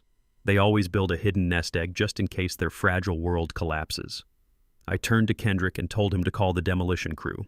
It was time to tear up the hardwood floors in the master bedroom and see exactly what my daughter-in-law had buried beneath my feet. I stood in the doorway of the massive master suite on the 2nd floor of my home. This sprawling room used to be my son's sanctuary. It was the room he shared with the arrogant woman who had thrown a glass of dark red wine right into my face. The air in the room still smelled faintly of her expensive artificial perfume and his overpriced cologne. I could not stand the scent of it. I could not stand looking at the ridiculous modern furniture and the ugly imported rugs they had used to cover up the beautiful classic architecture my late wife Yvonne and I had originally chosen. I wanted every single physical trace of their toxic existence completely eradicated from my property. I hired a private demolition crew to come in first thing Monday morning. I stood in the hallway and gave the foreman very specific and ruthless instructions. I told him I wanted the entire master suite stripped down to the absolute bare studs. I wanted the custom walk-in closets completely demolished. I wanted the imported French hardwood floors ripped up and thrown directly into a commercial dumpster. I did not care about the noise or the dust. The sound of heavy sledgehammers and steel crowbars echoing through the high ceilings of my house was incredibly therapeutic to me. It was the sound of a deep, poisonous infection being surgically removed from the body of my home. I was sitting downstairs in the kitchen drinking a cup of strong black coffee when the demolition foreman walked in. He wiped a thick layer of white drywall dust from his forehead and looked at me with a very serious expression. He did not speak right away. He just shook his head and said they had found something highly unusual up there. He said I needed to come upstairs and look at it myself before they proceeded with any further demolition. I put down my coffee mug and followed him up the grand sweeping staircase. The master suite was completely covered in dust and splintered wood. The foreman led me to a section of the floor in the far back corner of Brittany's massive walk-in closet. The heavy oak floorboards had been carefully pried up, revealing a dark rectangular hollow space hidden deep between the thick wooden floor joists. Resting silently inside that dark cavity was a heavy solid steel biometric floor safe. I looked down at the cold metal box and a dark, knowing smile spread across my face. My son Terrell had absolutely no idea this safe existed. If he had known about it, he would have eagerly offered it to the federal agents during his pathetic weeping interrogation, just to save his own skin. This was Brittany's ultimate private secret.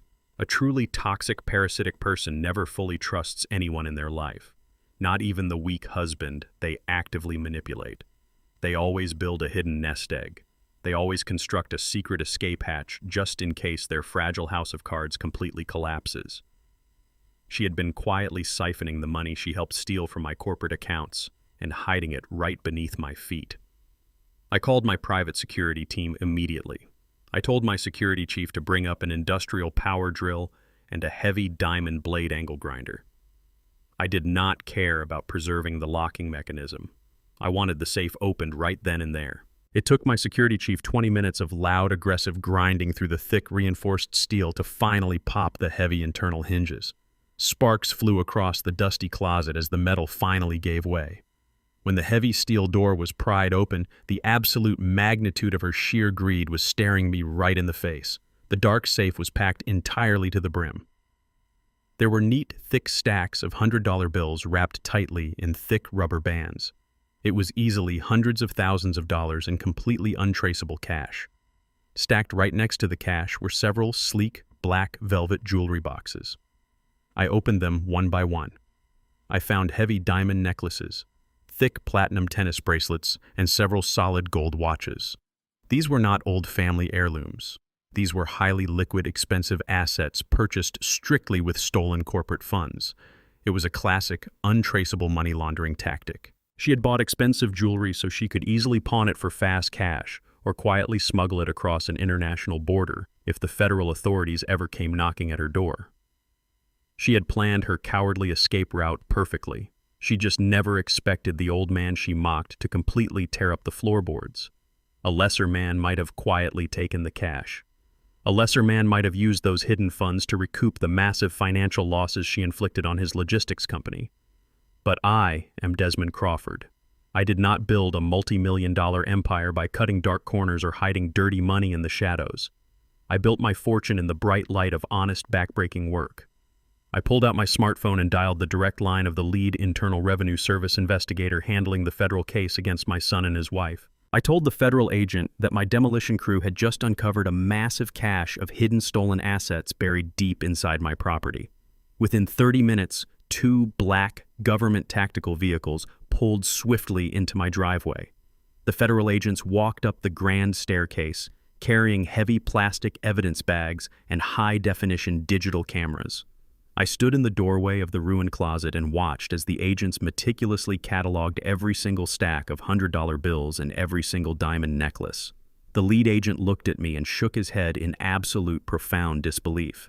He told me that this discovery completely changed the entire trajectory of the federal prosecution. Brittany was already facing decades in prison for wire fraud and corporate embezzlement, but deliberately hiding hundreds of thousands of dollars in a secret biometric floor safe elevated her crimes to a completely different federal level. The agent explained that she would now be officially charged with the felony concealment of assets tax evasion and the direct obstruction of an active federal investigation. This was the absolute final nail in her coffin. She had dug her own grave in my floorboards and I had just buried her in it. The agent sealed the evidence bags and carried her secret escape fund right out the front doors. News travels incredibly fast when you are dealing with desperate, bankrupt people. Brittany's expensive defense attorney received the official notification from the federal prosecutor later that exact same afternoon. The concealed assets had been legally seized. When Brittany heard the news, she completely unraveled. She was currently sitting in a cheap, filthy motel room, completely bankrupt and entirely alone. Her arrogant parents were homeless. Her tech bro brother was financially ruined. Her weak husband was locked in a federal holding cell actively testifying against her. And now her secret stash of cash and diamonds, her absolute last lifeline in the entire world, was sitting permanently in a federal evidence locker. She had no money to pay her high-priced lawyers. She had no money to run away. She was backed into a dark concrete corner with absolutely no way out. But a toxic, entitled narcissist never simply surrenders to reality. When they are stripped of their stolen money, their fake power, and their enabling allies, they always reach for the absolute cheapest weapon available to them. They reach for unearned public sympathy. Brittany realized she could not possibly win in a federal courtroom. The financial paper trail was far too thick, and the physical evidence was completely undeniable. So she decided to try and win her freedom in the court of public opinion. She decided to use the current social climate and racial dynamics to her absolute advantage. She picked up her smartphone and opened her social media accounts. She set up her camera in the dim lighting of her cheap motel room. She deliberately messed up her blonde hair and smeared her expensive mascara to make herself look like a terrified, completely broken victim. She hit the record button and began to weave the most disgusting, manipulative public lie she had ever told in her entire life.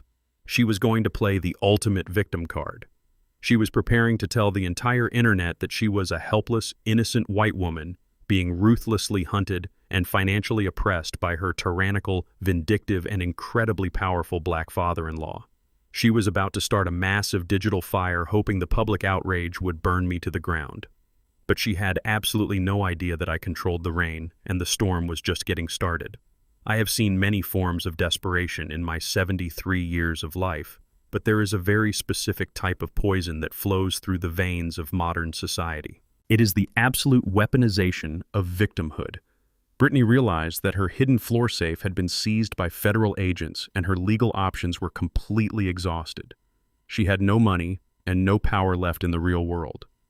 So she turned to the digital world. She retreated to her cheap motel room, set up her smartphone camera, and recorded a highly manipulated video. I sat in my downtown corporate office and watched the footage play on my laptop screen. She was a phenomenal actress. She wore a plain gray sweater to look humble and destitute. She had deliberately ruined her eye makeup, making dark tear streaks run down her pale cheeks. She looked directly into the camera and told the internet a completely fabricated story of survival. She claimed that she and my son Terrell were victims of a tyrannical, abusive billionaire. She painted me as an aggressive, oppressive black patriarch who used his massive wealth to crush anyone who disagreed with him. She wept openly, claiming that the corporate funds were just a simple accounting error that I blew out of proportion because I hated her. She actually said I targeted her because she was a white woman from a good family and I wanted to destroy her aristocratic background out of pure spite. Within hours, the video went completely viral. The internet is a hungry beast that loves to consume outrage without ever checking the facts. Millions of people watched her fake tears and immediately grabbed their digital pitchforks. My corporate headquarters was flooded with angry phone calls. Strangers were leaving hateful comments on the Crawford Logistics website calling for boycotts and federal investigations into my business practices. News anchors on the local evening broadcasts started running segments about the wealthy logistics titan who sent his own son to a federal holding cell over a family dispute. My lawyer, Kendrick, walked into my office, pacing back and forth across the carpet. He was sweating and checking his phone every 5 seconds.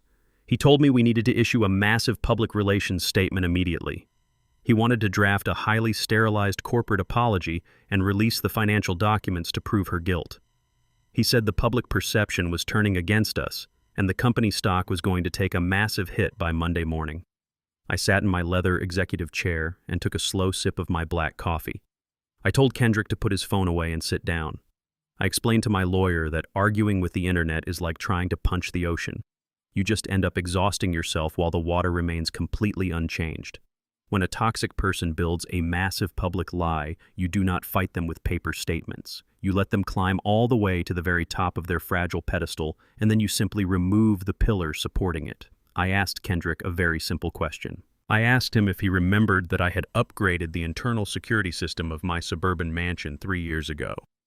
I had installed high-definition cameras with crystal-clear audio microphones in all the common areas to monitor the estate when I was traveling for business. One of those cameras was positioned perfectly in the upper corner of the grand formal dining room. I opened a secure folder on my laptop and clicked on a video file. I turned the screen so Kendrick could see it. It was the raw, unedited security footage from Easter Sunday. Kendrick watched the screen in absolute silence. He saw Terrell sitting at the head of my table, acting like an arrogant king. He heard the crystal-clear audio of my son slamming his fist down and screaming that I was completely useless. He watched Brittany let out that cold, cruel laugh.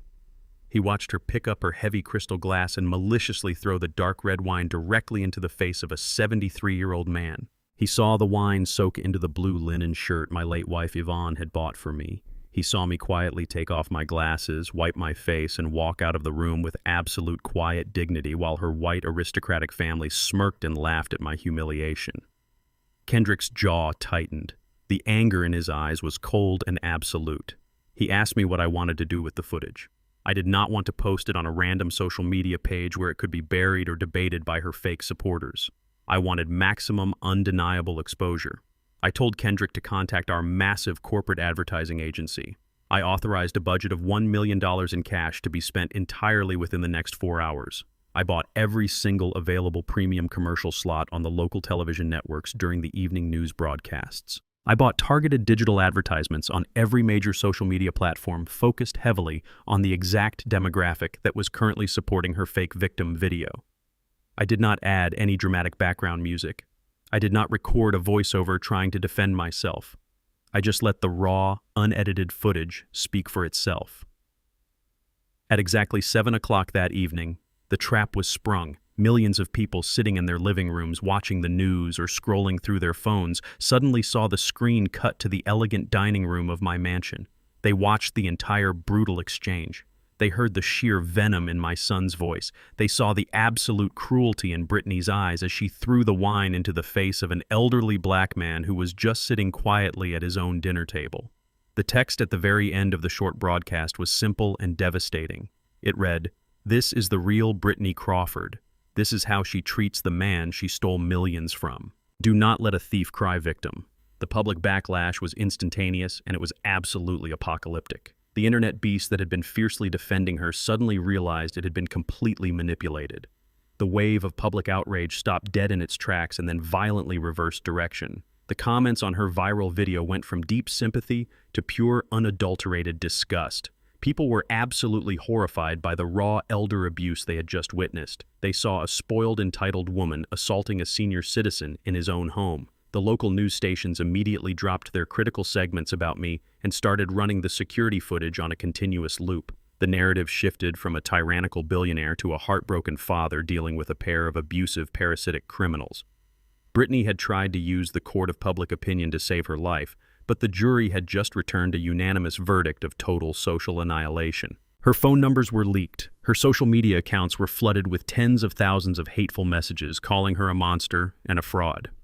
The few wealthy friends she had left from her country club days immediately released public statements completely distancing themselves from her. The boutique public relations firm that had briefly considered representing her issued a swift denial claiming they would never work with an elder abuser. She was entirely radioactive. She could not walk down the street without being recognized as the cruel woman who threw wine at an old man. She had dug a massive grave trying to bury my reputation, but she had accidentally thrown herself directly into the hole. She had absolutely no money, no family, no public support, and the federal prosecutors were moving in for the final kill. The stage was perfectly set for the complete destruction of her arrogant brother Chad and the final courtroom reckoning. Desperation breeds a very specific kind of stupidity. When you strip a toxic, arrogant person of their fake wealth and their unearned status, they do not suddenly learn how to work hard. They look for the absolute fastest way to steal their way back to the top. Chad was the perfect example of this pathetic reality. Just a week ago, he was a self-proclaimed Silicon Valley visionary wearing $1,000 sneakers and pitching a fake logistics startup to wealthy venture capitalists. But after I made that single phone call to his lead investor, his entire fake empire evaporated in less than 5 minutes. His bank accounts were frozen by the federal government because they were entirely funded by the money his sister Brittany had embezzled from my company. His landlord locked him out of his luxury downtown loft. His leased sports car was repossessed. He was completely broke and entirely desperate.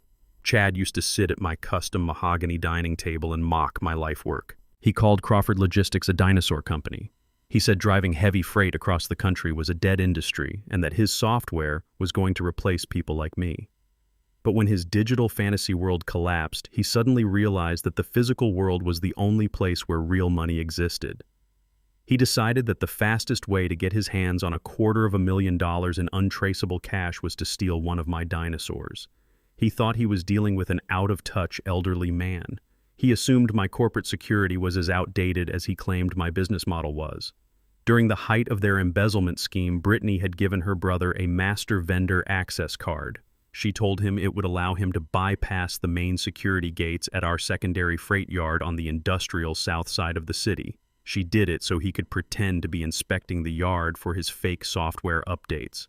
Chad kept that plastic card. He thought it was his golden ticket. Late on a rainy Tuesday night, Chad took a cheap city bus to the industrial district. He was wearing dark clothes pulled tightly up around his face, trying his absolute hardest to look like a professional criminal instead of a terrified tech bro. I know exactly what he was wearing because I was sitting comfortably in my warm corporate penthouse downtown, watching him on a high-definition security feed. What Chad failed to understand is that Crawford Logistics does not operate in the dark ages. My fleet consists of 500 state-of-the-art commercial trucks. Each 18-wheeler is a rolling fortress. They are equipped with advanced biometric scanners, high-definition night vision cameras mounted inside the cabin, and military-grade global positioning systems. I knew Chad had entered the yard the exact second he swiped that deactivated vendor card. The perimeter computer silently flagged the entry and sent a direct alert to my secure tablet. I watched the live video feed as Chad sneaked across the wet asphalt. He walked right past the older models and headed straight for a brand-new Peterbilt truck attached to a fully loaded commercial trailer. The cargo inside that trailer consisted of high-end consumer electronics bound for a distribution center across the state line. The combined value of the truck and the cargo was easily over $500,000. Chad had spent the last 3 days crawling through the dark corners of the internet, finding a black market chop shop willing to pay him a massive cash bounty for a stolen rig. He climbed up the metal steps and slipped into the driver's seat. He pulled out an electronic bypass tool he had bought online, thinking he could easily override the ignition sequence. He plugged it into the dashboard. The massive diesel engine roared to life. The heavy truck vibrated with raw physical power. I watched the camera feed inside the cabin. Chad's face was illuminated by the glow of the dashboard lights. He was smiling a wide, arrogant smile. He actually thought he was a genius. He thought he had just outsmarted the billionaire dinosaur and secured his financial freedom. I did not call the local police. I did not trigger the loud alarm sirens in the freight yard. I wanted him to leave the property. I wanted him to feel the absolute intoxicating thrill of a successful heist. But most importantly, I wanted him to drive toward the highway. Stealing a commercial truck in the city is a standard felony, but driving a stolen commercial vehicle loaded with corporate cargo across a state border elevates the crime to a massive federal offense under the Interstate Commerce Act. It triggers the direct involvement of federal marshals and guarantees a mandatory minimum sentence in a federal penitentiary. I wanted to hand Chad the absolute heaviest legal anchor I could possibly find. I sat in my leather armchair and tracked the blinking red dot on my digital map. Chad merged onto the dark, empty interstate. He was driving fast, pushing the heavy machine toward the state line. He turned up the radio in the cabin, bobbing his head to the loud music. He was celebrating a victory that did not exist. I watched him drive for 2 solid hours, letting him get further and further away from the city. I wanted him to be completely isolated. As the red dot on my screen approached the geographical border, I picked up my phone and called the Federal Highway Patrol. I identified myself as Desmond Crawford. I gave the dispatcher the exact coordinate, speed, and trajectory of my stolen commercial vehicle. I told them to position their units just 1 mile past the state line marker. I watched the live feed as the massive truck rumbled past the large reflective green sign welcoming drivers to the neighboring state. The exact second the rear tires of the commercial trailer crossed the painted borderline, the trap was officially sprung. Chad had just committed a massive federal crime. I reached down and tapped a single red icon on my secure tablet screen. The advanced telemetry system inside the truck reacted instantly. The remote satellite kill switch engaged. The massive diesel engine immediately completely died. The fuel lines locked shut. The dashboard lights went completely black. The automated safety systems gently engaged the air brakes, guiding the heavy 18-wheelers safely onto the dark gravel shoulder of the empty highway. I watched the interior camera feed as absolute sheer panic overtook Chad. The loud music abruptly cut off. The steering wheel locked rigid in his hands. He frantically turned the ignition key over and over again, but the engine was completely dead. He slapped the steering wheel, cursing loudly. He looked around the dark cabin completely terrified, realizing he was stranded on the side of a dark federal interstate in a stolen $500,000 vehicle. Then the darkness outside his window was violently shattered by blinding flashing lights. Red and blue strobes illuminated the entire cabin. Half a dozen federal highway patrol cruisers and heavy tactical vehicles surrounded the dead truck, cutting off any possible escape route. The loud, commanding voice of a federal officer echoed through a bullhorn, demanding that the driver throw the keys out the window and exit the vehicle with his hands completely empty. Chad began to weep. It was the exact same pathetic, cowardly crying his sister Brittany had displayed when the handcuffs clicked around her wrists. He pushed open the heavy driver door and climbed down the metal steps. He fell onto his knees on the rough, wet asphalt, raising his trembling hands into the air. Heavily armed federal officers rushed forward, pressing him flat against the ground and aggressively securing his wrists behind his back. I watched the entire beautiful takedown from the absolute comfort of my penthouse suite. I closed the video feed on my tablet and took a slow, deep breath of the quiet air. The execution was completely flawless. Chad thought he was a brilliant disruptor, but he was just another arrogant thief walking blindly into a digital cage I had built specifically for him. Now the entire fake aristocratic family was completely decimated. The arrogant sister was locked in a federal holding cell, facing decades for money laundering. The condescending parents were entirely homeless and publicly humiliated. And the tech bro brother was officially a federal inmate charged with grand theft and interstate trafficking. They had all looked down on the elderly black man sitting at the head of the dining table. They thought I was useless. But I had just systematically dismantled their entire bloodline and sent every single one of them straight to federal prison without ever raising my voice or leaving my chair. There is a profound difference between loyalty and convenience. When you build a relationship entirely on stolen money and fake social status, the absolute second that foundation cracks, the entire structure collapses inward. I sat quietly in the back corner of a sterile conference room inside the federal courthouse. I was allowed to be there as the primary victim of their massive corporate fraud. The room smelled of cheap coffee and heavy administrative dread. The expensive mahogany table in the center of the room was covered with thick stacks of legal files, printed bank statements, and glossy photographs of the secret biometric safe my demolition crew had ripped out of their closet. Sitting on one side of the table was my 40-year-old son, Terrell. He looked completely hollow. His skin was pale, and he had dark, heavy bags under his eyes. Sitting at the far opposite end of the table was his wife, Brittany. They were intentionally keeping as much physical distance between them as the small room would allow. She was wearing a plain gray prison-issued jumpsuit that completely washed out her complexion. The arrogant country club princess who had laughed and thrown red wine in my face on Easter Sunday was entirely gone. She looked like a trapped, cornered animal frantically searching for an exit that simply did not exist. Standing at the head of the table was the senior federal prosecutor. He was a sharp, uncompromising man who had spent 20 years sending corrupt executives to federal penitentiaries. He did not care about their country club memberships or their fake aristocratic background. He only cared about the undeniable physical evidence sitting on the table. He looked down at Terrell and Brittany with a cold, clinical expression. The prosecutor cleared his throat and laid out the absolute reality of their situation. He told them that the federal government had successfully traced every single stolen dollar. He detailed the fake vendor invoices, the shell companies in Delaware, the offshore accounts in the Caribbean, and the hundreds of thousands of dollars in cash and diamonds hidden in the floorboards of my house.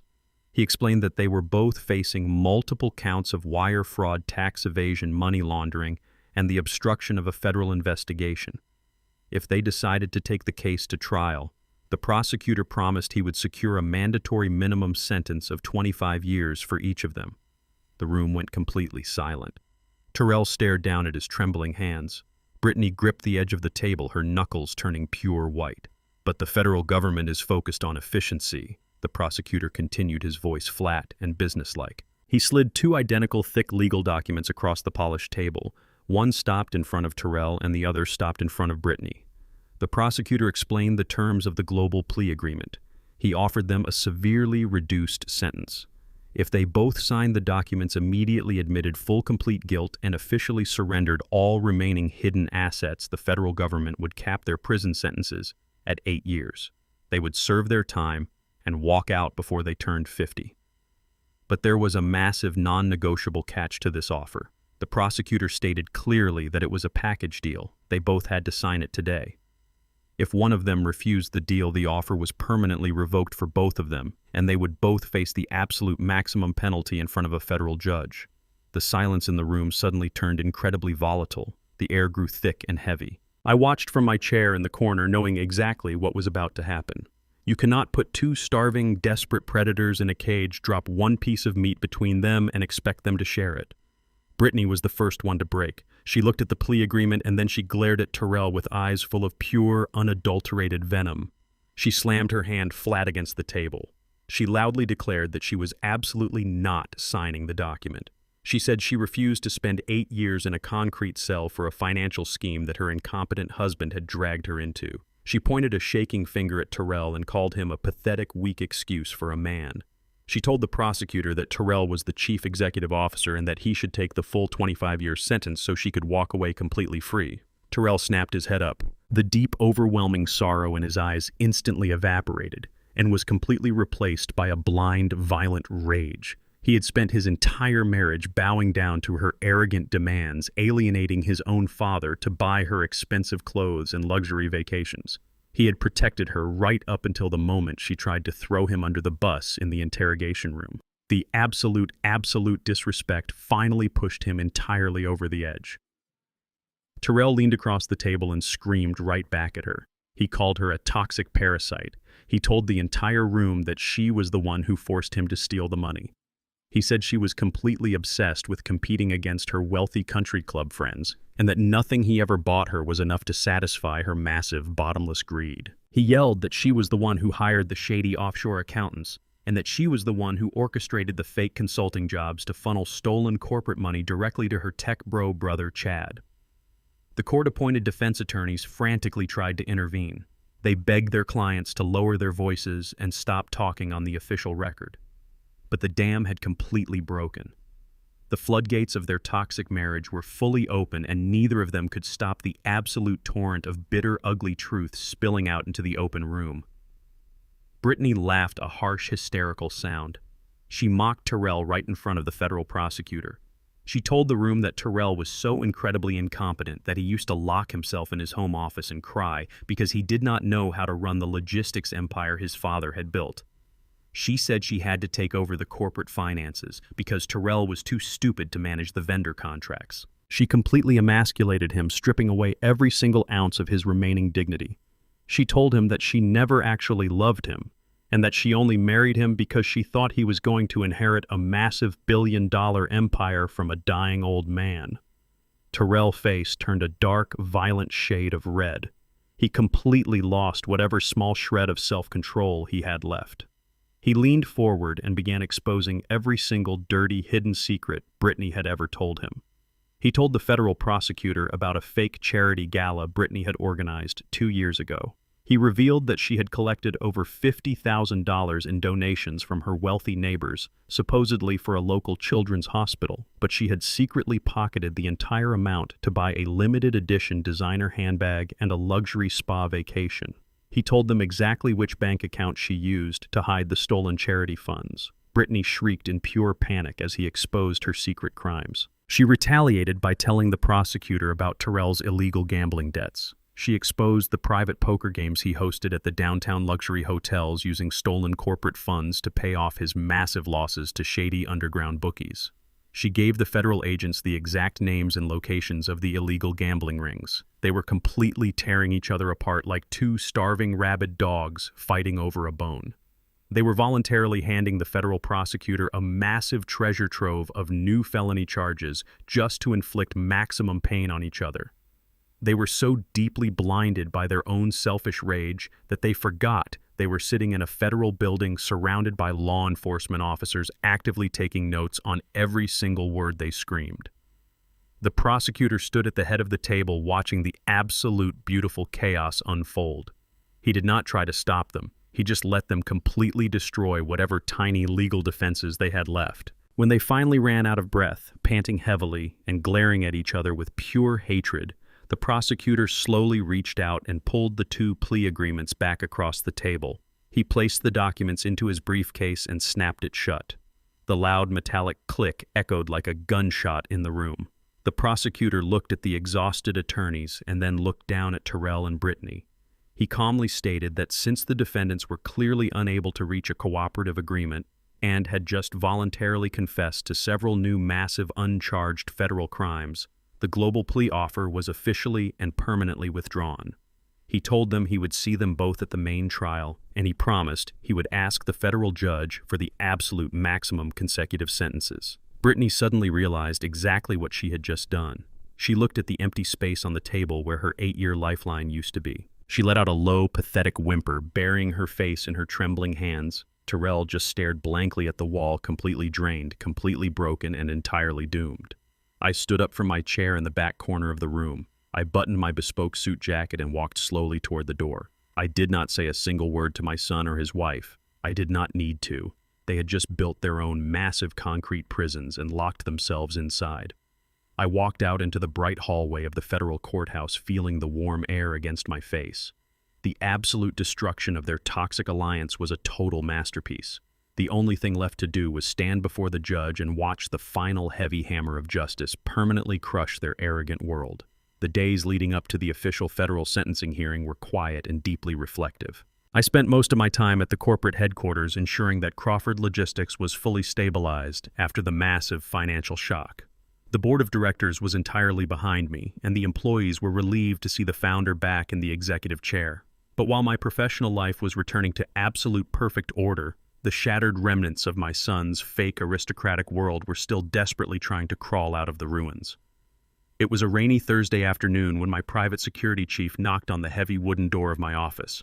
He stepped inside and informed me that 2 individuals were currently waiting at the main security desk in the lobby. He said they did not have an appointment, but they were practically begging to see me. It was Richard and Susan, the parents of the woman who was about to spend the best years of her life in a federal penitentiary. I told my security chief to let them up. I wanted to see exactly what complete and total defeat looked like on the faces of people who had spent their entire lives looking down on everyone else. A few minutes later, the heavy glass doors of my executive suite opened. Richard and Susan walked in, and the sight of them was absolutely pathetic. These were the same people who used to host lavish country club galas. They used to wear custom-tailored suits and expensive diamond necklaces. They used to sip imported champagne and mock the way I spoke or the clothes I wore. Now they looked like entirely different people. Richard was wearing a cheap faded sweater that hung loosely on his shrinking frame. His face was unshaven and his eyes were dark and hollow. Susan looked even worse. Her expensive blonde highlights were fading, showing heavy roots of gray, and her posture was completely hunched. They did not have their luxury vehicles anymore. They had taken a cheap city bus to get to my downtown building because their entire estate had been completely seized by the ruthless bail bondsman. They stood awkwardly on the plush carpet of my office, too terrified to even take a seat on the leather sofa. I did not offer them a cup of coffee. I did not stand up to greet them.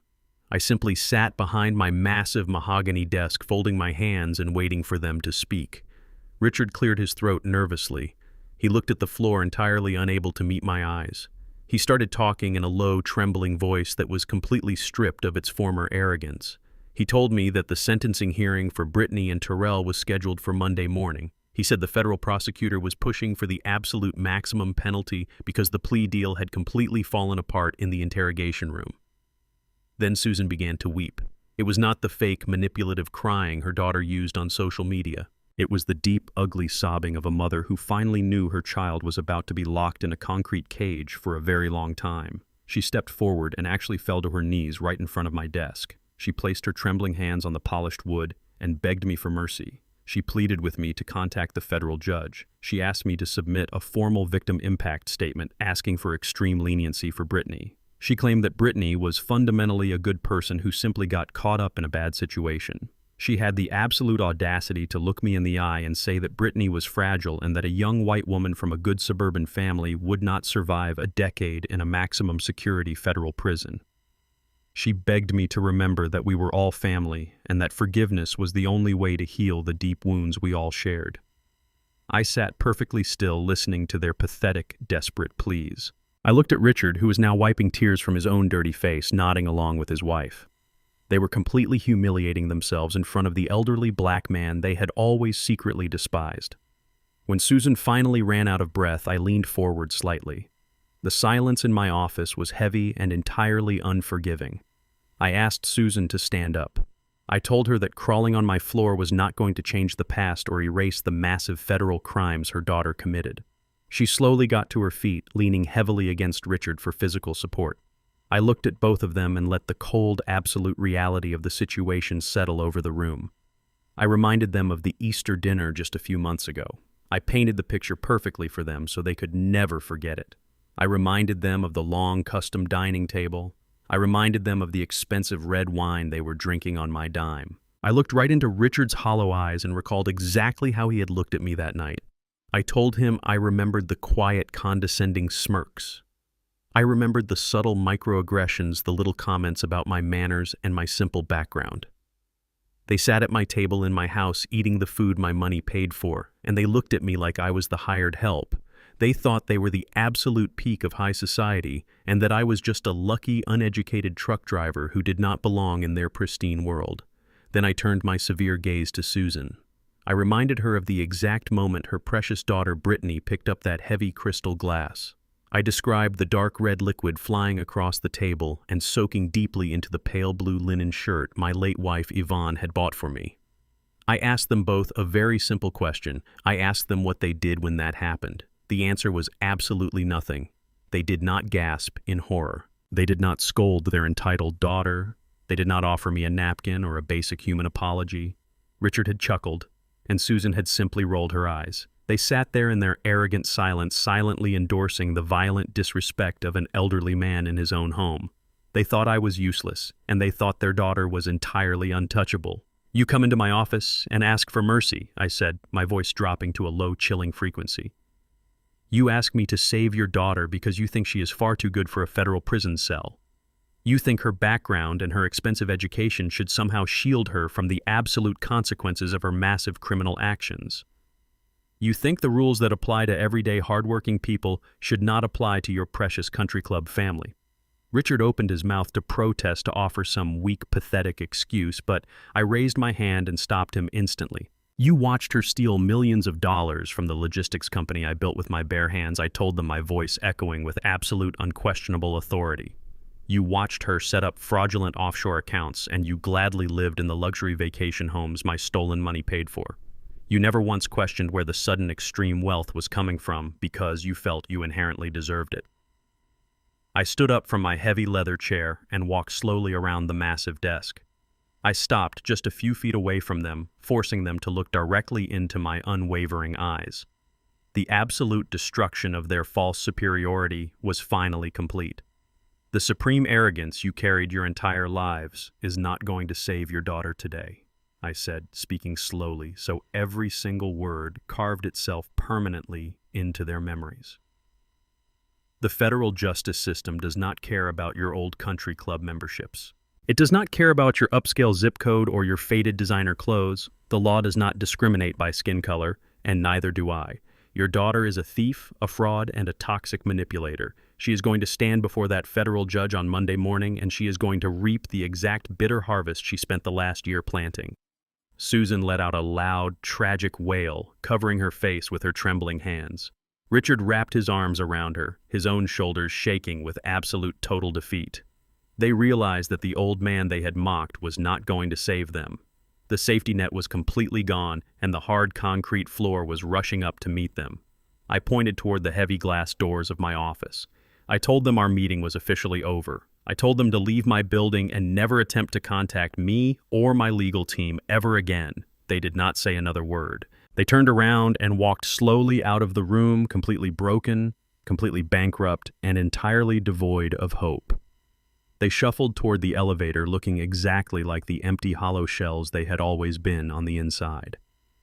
I walked back around my desk and sat down, looking out the massive windows at the sprawling city skyline. I felt a deep, profound peace settling over my soul. The final loose ends of their toxic, aristocratic family had been completely severed. The stage was now perfectly set for the final courtroom reckoning, where the heavy hammer of the law would permanently crush whatever tiny fragments of their false empire still remained. The federal courthouse was a massive structure of white marble and polished oak. It was a building designed to make every single person who walked through its heavy doors feel incredibly small. But as I walked up the wide stone steps on that cold Monday morning, I did not feel small. I felt like a man who had finally finished a long, exhausting marathon.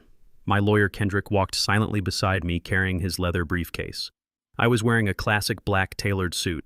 I wore a pale blue pocket square folded neatly over my heart in quiet honor of my late wife Yvonne. This was the exact day she would have wanted to see.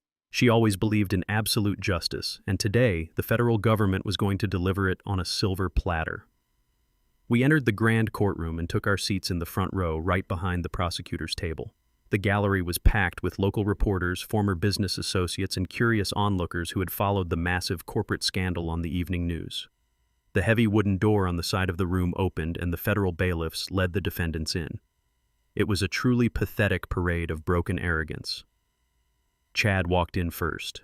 The tech bro visionary was wearing a baggy khaki prison uniform. His shoulders were slumped and he kept his head down, staring at his cheap canvas shoes. Then came my son Terrell. He looked completely aged. His hair was unkempt and his face was pale and hollow. He dragged his feet across the carpet, entirely defeated by his own cowardice. Finally, Brittany was escorted into the room. The country club princess who had once obsessed over designer labels and expensive wine was wearing a standard-issue bright orange jumpsuit. Her wrists and ankles were secured with heavy steel chains that clinked loudly in the silent courtroom. She looked absolutely terrified. Her wealthy parents, Richard and Susan, were sitting in the back row, weeping quietly into their hands. The bailiff announced the arrival of the federal judge. Everyone in the room stood up. The judge was an older, stern-looking man with a reputation for handing down incredibly harsh sentences to white-collar criminals. He sat down at the high mahogany bench and looked over his thick reading glasses at the three trembling individuals standing before him. He did not look impressed. He looked at them with profound professional disgust. The sentencing hearing began. The federal prosecutor stood up and briefly summarized the absolute mountain of evidence they had collected. He mentioned the fake vendor accounts, the offshore shell companies, the money laundering through the fake logistics startup, and the secret biometric floor safe hidden in my master bedroom closet. He reminded the court that all three defendants had completely refused to cooperate until they were turning on each other out of pure spite. Then the judge leaned forward and folded his hands on the bench. He looked directly at Brittany and Terrell. The courtroom was so quiet you could hear the heavy air conditioning humming in the ceiling. The judge began to speak. He said that in his 25 years on the federal bench, he had seen many cases of corporate greed and financial manipulation. He said people steal money for many different reasons, but he noted that this specific case was fundamentally different. He stated that the financial crimes committed here were driven by a toxic combination of supreme arrogance and a complete lack of basic human decency. The judge picked up a physical file folder and opened it. He looked right at Brittany. He told her that he had personally reviewed the unedited security camera footage from the Easter dinner. He described the video in brutal, exact detail for the official court record. He talked about her sitting at a dining table paid for by stolen money, laughing cruelly at the elderly black man who had funded her entire lavish existence. The judge raised his voice slightly, his tone turning cold and furious. He told Brittany that throwing a glass of wine into the face of a 73-year-old man was not just a simple family argument. He explicitly classified the incident as a calculated act of severe elder abuse. He said it demonstrated a profound sickness in her character. He stated that her actions proved she had absolutely no remorse, no respect for human dignity, and no redeeming moral qualities. The judge declared that the elder abuse and the subsequent attempt to manipulate the public with fake social media videos were massive aggravating factors in his final decision. Brittany began to sob openly, shaking her head in a pathetic attempt to silently beg for mercy. But the judge was completely finished listening to her lies. He turned his attention to Chad first. He told the young man that stealing federal property and laundering stolen corporate funds to build a fake technology empire was a severe violation of the public trust. The judge sentenced Chad to 5 straight years in a federal penitentiary without the possibility of early parole. Chad collapsed into his chair, weeping loudly as the bailiff stood behind him. 5 years of his youth completely gone because he thought he was smarter than an old truck driver. Next, the judge looked at Terrell. My son stood up, his knees visibly trembling. He looked back at me over his shoulder for just 1 second. His eyes were completely filled with absolute profound sorrow and pure regret. He finally realized the massive, unforgivable mistake he had made by choosing a toxic, manipulative woman over the father who loved him. But it was far too late for apologies. The judge told Terrell that as the chief executive officer, he had a fiduciary duty to protect the employees of Crawford Logistics. Instead, he had acted like a cowardly thief, bleeding his own family legacy dry to appease his greedy wife. The judge sentenced Terrell to 8 years in a federal prison. 8 years locked in a concrete box, completely isolated from the world he thought he ruled. Terrell closed his eyes and let his head drop forward, accepting his total destruction. Finally, the judge fixed his cold, severe gaze entirely on Brittany. She was shaking so violently that the steel chains around her wrists rattled against the wooden defense table. The judge did not hold back. He told her she was the true mastermind behind the emotional and financial devastation of my family. He cited her active attempt to flee the country, her hidden stash of stolen diamonds and cash, and her malicious campaign to destroy my public reputation. He called her a parasitic danger to society. With a voice that echoed like thunder across the marble courtroom, the judge delivered her absolute final reckoning. He sentenced Brittany to 12 consecutive years in a maximum security federal penitentiary. Brittany let out a loud, piercing shriek. Her knees buckled, and she completely collapsed toward the floor. 2 heavy federal bailiffs had to catch her by the arms and drag her back up to her feet. She was screaming for her mother. She was screaming for her lawyer. She was screaming that it was completely unfair. Her arrogant country club illusions were violently, permanently shattered. She was no longer a wealthy socialite. She was federal inmate number 4729, and she was going to spend the next decade of her life sleeping on a thin mattress in a cold concrete cell.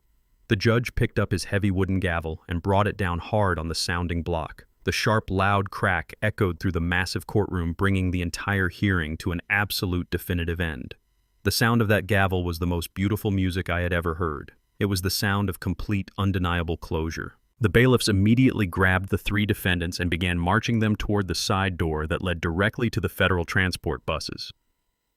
Terrell did not look back again. Chad was sobbing too hard to even walk straight. Brittany was completely hysterical, dragging her feet and fighting the officers as they pulled her into the dark holding area.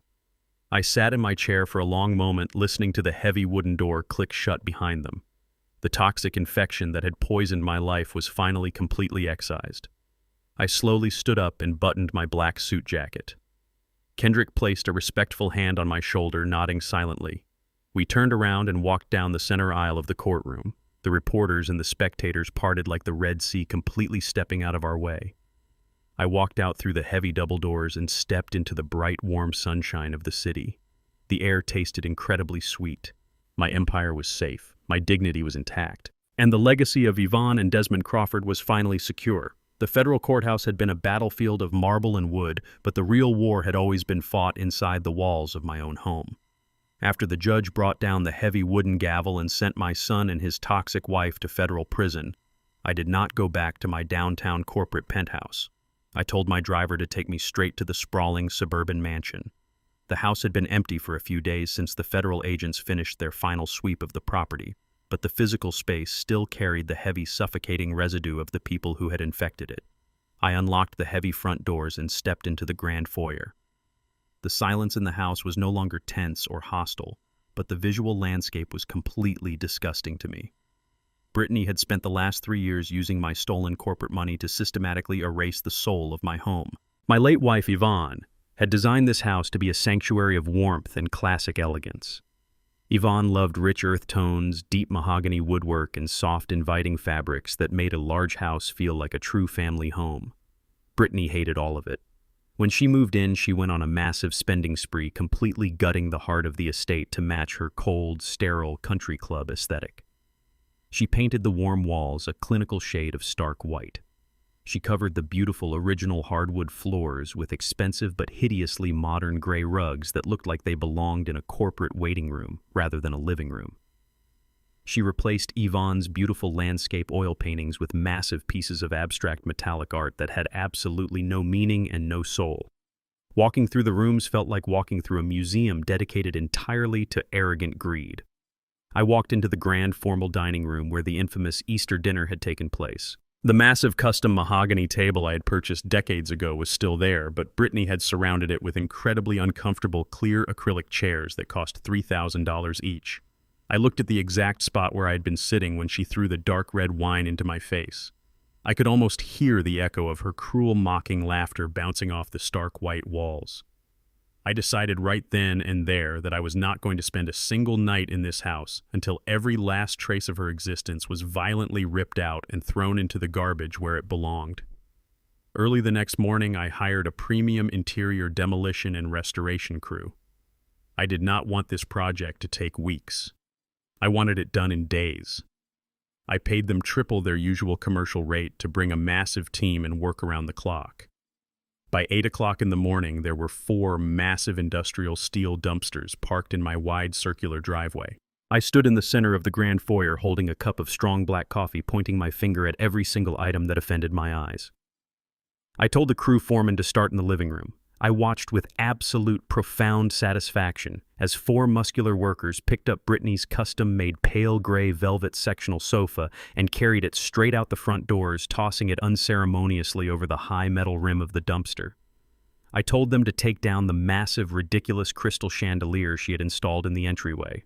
It was an obnoxious piece of glass that cast cold, harsh light across the room. They dismantled it piece by piece and threw it into the trash. I walked through the hallways, directing the workers to pull every single piece of abstract metallic art off the walls. I had them rip up the sterile gray rugs, exposing the beautiful classic hardwood floors underneath.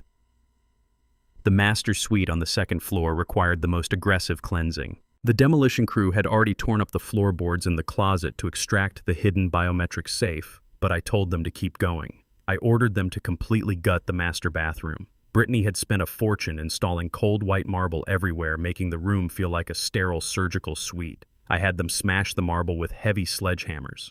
The loud, rhythmic booming sounds of destruction echoed through the entire mansion, but it did not give me a headache. To me, the sound of breaking marble and shattering acrylic was a beautiful symphony of absolute redemption.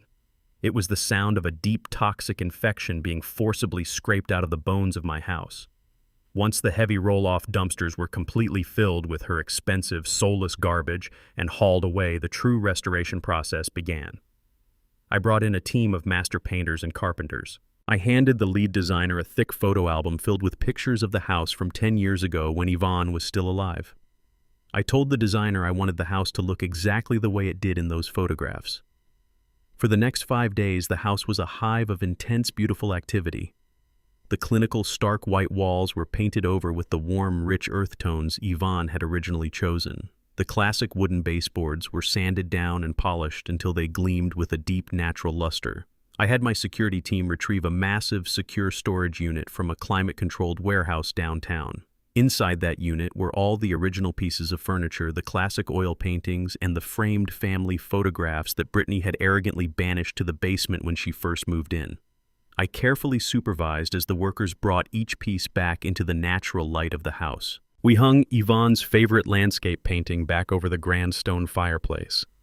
We placed the warm woven rugs back over the polished hardwood floors. I even brought back the comfortable, oversized leather sofas that actually felt like home. The sterile corporate museum was completely gone, and the soul of the Crawford family sanctuary was fully restored. The entire house smelled of fresh paint, lemon wood polish, and the sweet, lingering memory of the woman who had helped me build this empire. By late Saturday afternoon, the restoration was entirely complete. The massive crew packed up their heavy tools, loaded their trucks, and drove quietly down the long concrete driveway. I locked the heavy front doors and turned around to face the grand foyer. The silence in the house was absolutely breathtaking. It was not the heavy, tense silence of a home filled with unspoken resentment and hidden crimes. It was the deep, profound, peaceful silence of a completely secure fortress. There was no arrogant laughter echoing down the hallways. There were no hushed arguments about offshore bank accounts. There was just the gentle hum of the central air conditioning and the soft, golden light of the setting sun pouring through the large bay windows. I walked slowly into the formal living room. The space felt warm and incredibly inviting. I walked over to the antique wooden liquor cabinet in the corner of the room. I opened the glass door and pulled out a heavy crystal decanter filled with my most expensive premium aged bourbon. I poured a generous amount of the dark amber liquid into a heavy crystal glass. The ice clinked softly against the sides, making a pleasant, quiet sound in the empty room. I walked over to my favorite oversized leather armchair right next to the grand stone fireplace. I sat down feeling the familiar worn leather support my tired back. I rested my arm on the armrest and took a slow, deliberate sip of the bourbon. The smooth, fiery liquid burned pleasantly down my throat, warming my entire chest. I looked around the beautiful, restored living room. I looked at the spot where Richard used to stand boasting about his fake investments. He was gone. I looked toward the dining room where Brittany had thrown the wine in my face. She was gone. I thought about my cowardly son Terrell sitting in a cold concrete federal cell, completely stripped of his fake power.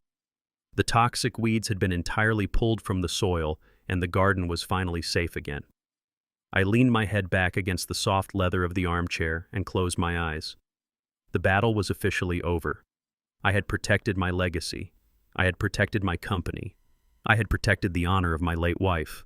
The old man they thought was useless had completely outsmarted, outplayed, and outlasted every single one of them. I took another slow sip of the premium bourbon, letting the absolute unbroken stillness of the evening wash over me. For the first time in 5 years, I was completely, totally, and beautifully alone in my own home, and it was absolutely perfect. The Monday morning after the federal judge delivered his harsh sentencing, I did not stay home to rest in my quiet, restored mansion. I woke up at 5 o'clock in the morning, put on my sharpest, custom-tailored navy blue suit, and drove myself downtown to the massive glass tower of Crawford Logistics. For 8 long months, I had played the role of a fading, senile old man, shuffling through the corporate hallways while my son and his toxic wife bled my life work entirely dry. But as I walked through the heavy glass doors of the main lobby that morning, the entire atmosphere of the building completely shifted.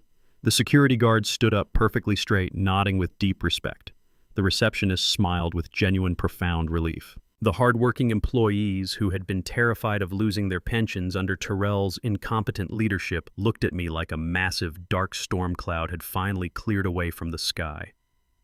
I walked directly into the executive boardroom where the senior vice presidents and regional managers were nervously waiting for my arrival. I sat down at the head of the long, polished mahogany table. I did not give a long, dramatic speech or talk about the massive federal scandal that had just rocked our foundation. I simply looked at the men and women who had helped me build this logistics empire from the ground up, and I told them that the vacation was officially over and it was time to get back to real, honest work. We spent the next 3 months aggressively repairing the massive financial damage Brittany and Terrell had caused. We recovered the stolen offshore assets, we stabilized the damaged vendor contracts, and we personally called and rehired every single honest truck driver and mechanic my son had wrongfully terminated. I walked the freight yards again, smelling the familiar thick scent of diesel fuel and fresh asphalt. I shook hands with the men loading the trailers. The logistics empire was completely secure again, and it was running smoother and more profitably than it ever had before. But simply restoring the corporate balance sheet was not enough for my soul. When you survive a massive, devastating betrayal that rocks the very foundation of your own family, you quickly realize that true legacy is not just about accumulating endless wealth. It is about exactly whose hands you choose to leave that wealth in. I looked at my son Terrell, a boy who grew up with absolute luxury and absolute privilege, and I saw how I had let greed and country club entitlement turn him into a federal criminal. I realized I had given him far too much and expected far too little in return. I was not going to make that exact same mistake with my hard-earned fortune ever again. So I took $5 million of my own personal capital, and I officially established a massive educational trust. I named it the Yvonne Crawford Memorial Scholarship Fund. I set it up specifically to provide full academic scholarships and comprehensive business grants for young, hardworking Black children from the exact same struggling city neighborhoods where my beautiful Yvonne and I grew up. I wanted to find the kids who had real grit. I wanted to find the young students who were eating cold, cheap sandwiches on crowded city buses, reading borrowed library textbooks, and dreaming of building their own massive empires one day. I wanted to give my wealth to young men and women who actually understood the profound value of a hard-earned dollar instead of an arrogant son who thought money was just a cheap tool to impress his toxic, condescending wife. I remember handing the very first scholarship check to a brilliant young girl who wanted to study mechanical engineering. I saw the tears of genuine gratitude in her parents' eyes, and I immediately thought about the fake, manipulative tears Richard and Susan had cried in my office. The contrast was absolutely staggering. When I signed the final legal documents to officially launch the foundation, I looked at a framed photograph of Yvonne sitting on my heavy wooden desk. I knew she was looking down at me with a beautiful, proud smile. We were finally investing our legacy into people who actually deserved to inherit it. Sitting in my quiet, restored mansion during the long, peaceful evenings, I have had a lot of time to reflect on the true value of respect, the corrupting nature of unearned money, and the absolute limits of family ties. Society constantly tells us that blood is thicker than water. We are conditioned from a very young age to believe that because we brought a child into this world, we must endure absolutely any level of disrespect, manipulation, or abuse they choose to throw at us. We are told that a good father always forgives and forgets. But I learned the incredibly hard way that offering unconditional forgiveness to a truly toxic person is just handing them a loaded weapon and apologizing when they shoot you with it. Terrell and Brittany thought my old age made me weak and helpless. They thought the natural love I had for my only son would completely blind me to the millions of dollars they were actively stealing right under my nose. They mistook my patient, calculating silence for senility. They simply did not understand that a man who can build a massive corporate empire from the dirt up possesses a level of ruthless survival instinct that a spoiled, entitled child could never possibly comprehend. Money is just a magnifying glass. It does not change who you really are deep down inside. It only magnifies exactly what is already hiding in your heart. It gave Brittany the power to show her true, cruel, manipulative nature. It gave Terrell the comfort to display his absolute pathetic cowardice. And it gave me the exact heavy tools I needed to completely dismantle their fake aristocratic world and lock them all in federal concrete boxes. I do not regret calling the federal agents that night. I do not regret sitting in that cold, sterile interrogation room and looking my weeping son in the eye and telling him I was there to watch him pay the heavy price for his betrayal. Sometimes the most loving thing a parent can actually do is step completely out of the way and let the heavy, concrete consequences of reality crush the blinding arrogance out of their child. I found my true, absolute peace the exact moment I accepted that I cannot buy solid character for my son, and I cannot save a man who actively chooses to tie an anchor around his own neck and drown. I sit on my back porch now watching the golden sunset over the manicured green lawns. The air is warm and perfectly still. There are no more fake socialite parties in my grand foyer. There are no more hushed arguments about offshore accounts or country club memberships. There is only the quiet, deep satisfaction of a life completely rebuilt and a family legacy violently protected. The fortune I built hauling heavy freight through freezing rain and endless sleepless nights will no longer be squandered on designer bags or illegal gambling debts. It will build schools. It will fund community centers. It will create an entire generation of strong, educated, independent young people who will never let anyone throw a glass of wine in their face. I look back at that Easter dinner not with anger but with profound, beautiful clarity. That single glass of dark red wine was the ultimate catalyst for the greatest cleansing of my entire life. It washed away the toxic illusions. It revealed the absolute ugly truth hiding at my table. And it allowed me to finally reclaim the throne I had foolishly stepped away from. You can only be betrayed by the people you actively trust. So I stopped trusting the people who only loved my money, and I started trusting the absolute certainty of my own hard boundaries. The empire is safe. The king is back in his executive chair. And the garbage has been permanently removed from the premises. Love is unconditional, but access to your life and your legacy is not. We often tolerate the deepest disrespect from our own blood, confusing silence with strength and endurance with parenting. But when arrogance blinds them to the sacrifices that built their comfort, letting them fall is the only true lesson left to teach. You cannot buy character, and you cannot fix a rotten foundation with forgiveness. Stand tall, protect what you built, and never let anyone, family, or not make you feel useless in the empire you created. Sometimes the most powerful words a parent can say are, "No more." Thank you so much for listening to my story today. If you found real value in these hard lessons and believe in standing up for your own dignity against toxic family members, please hit the like button and subscribe to the channel right now.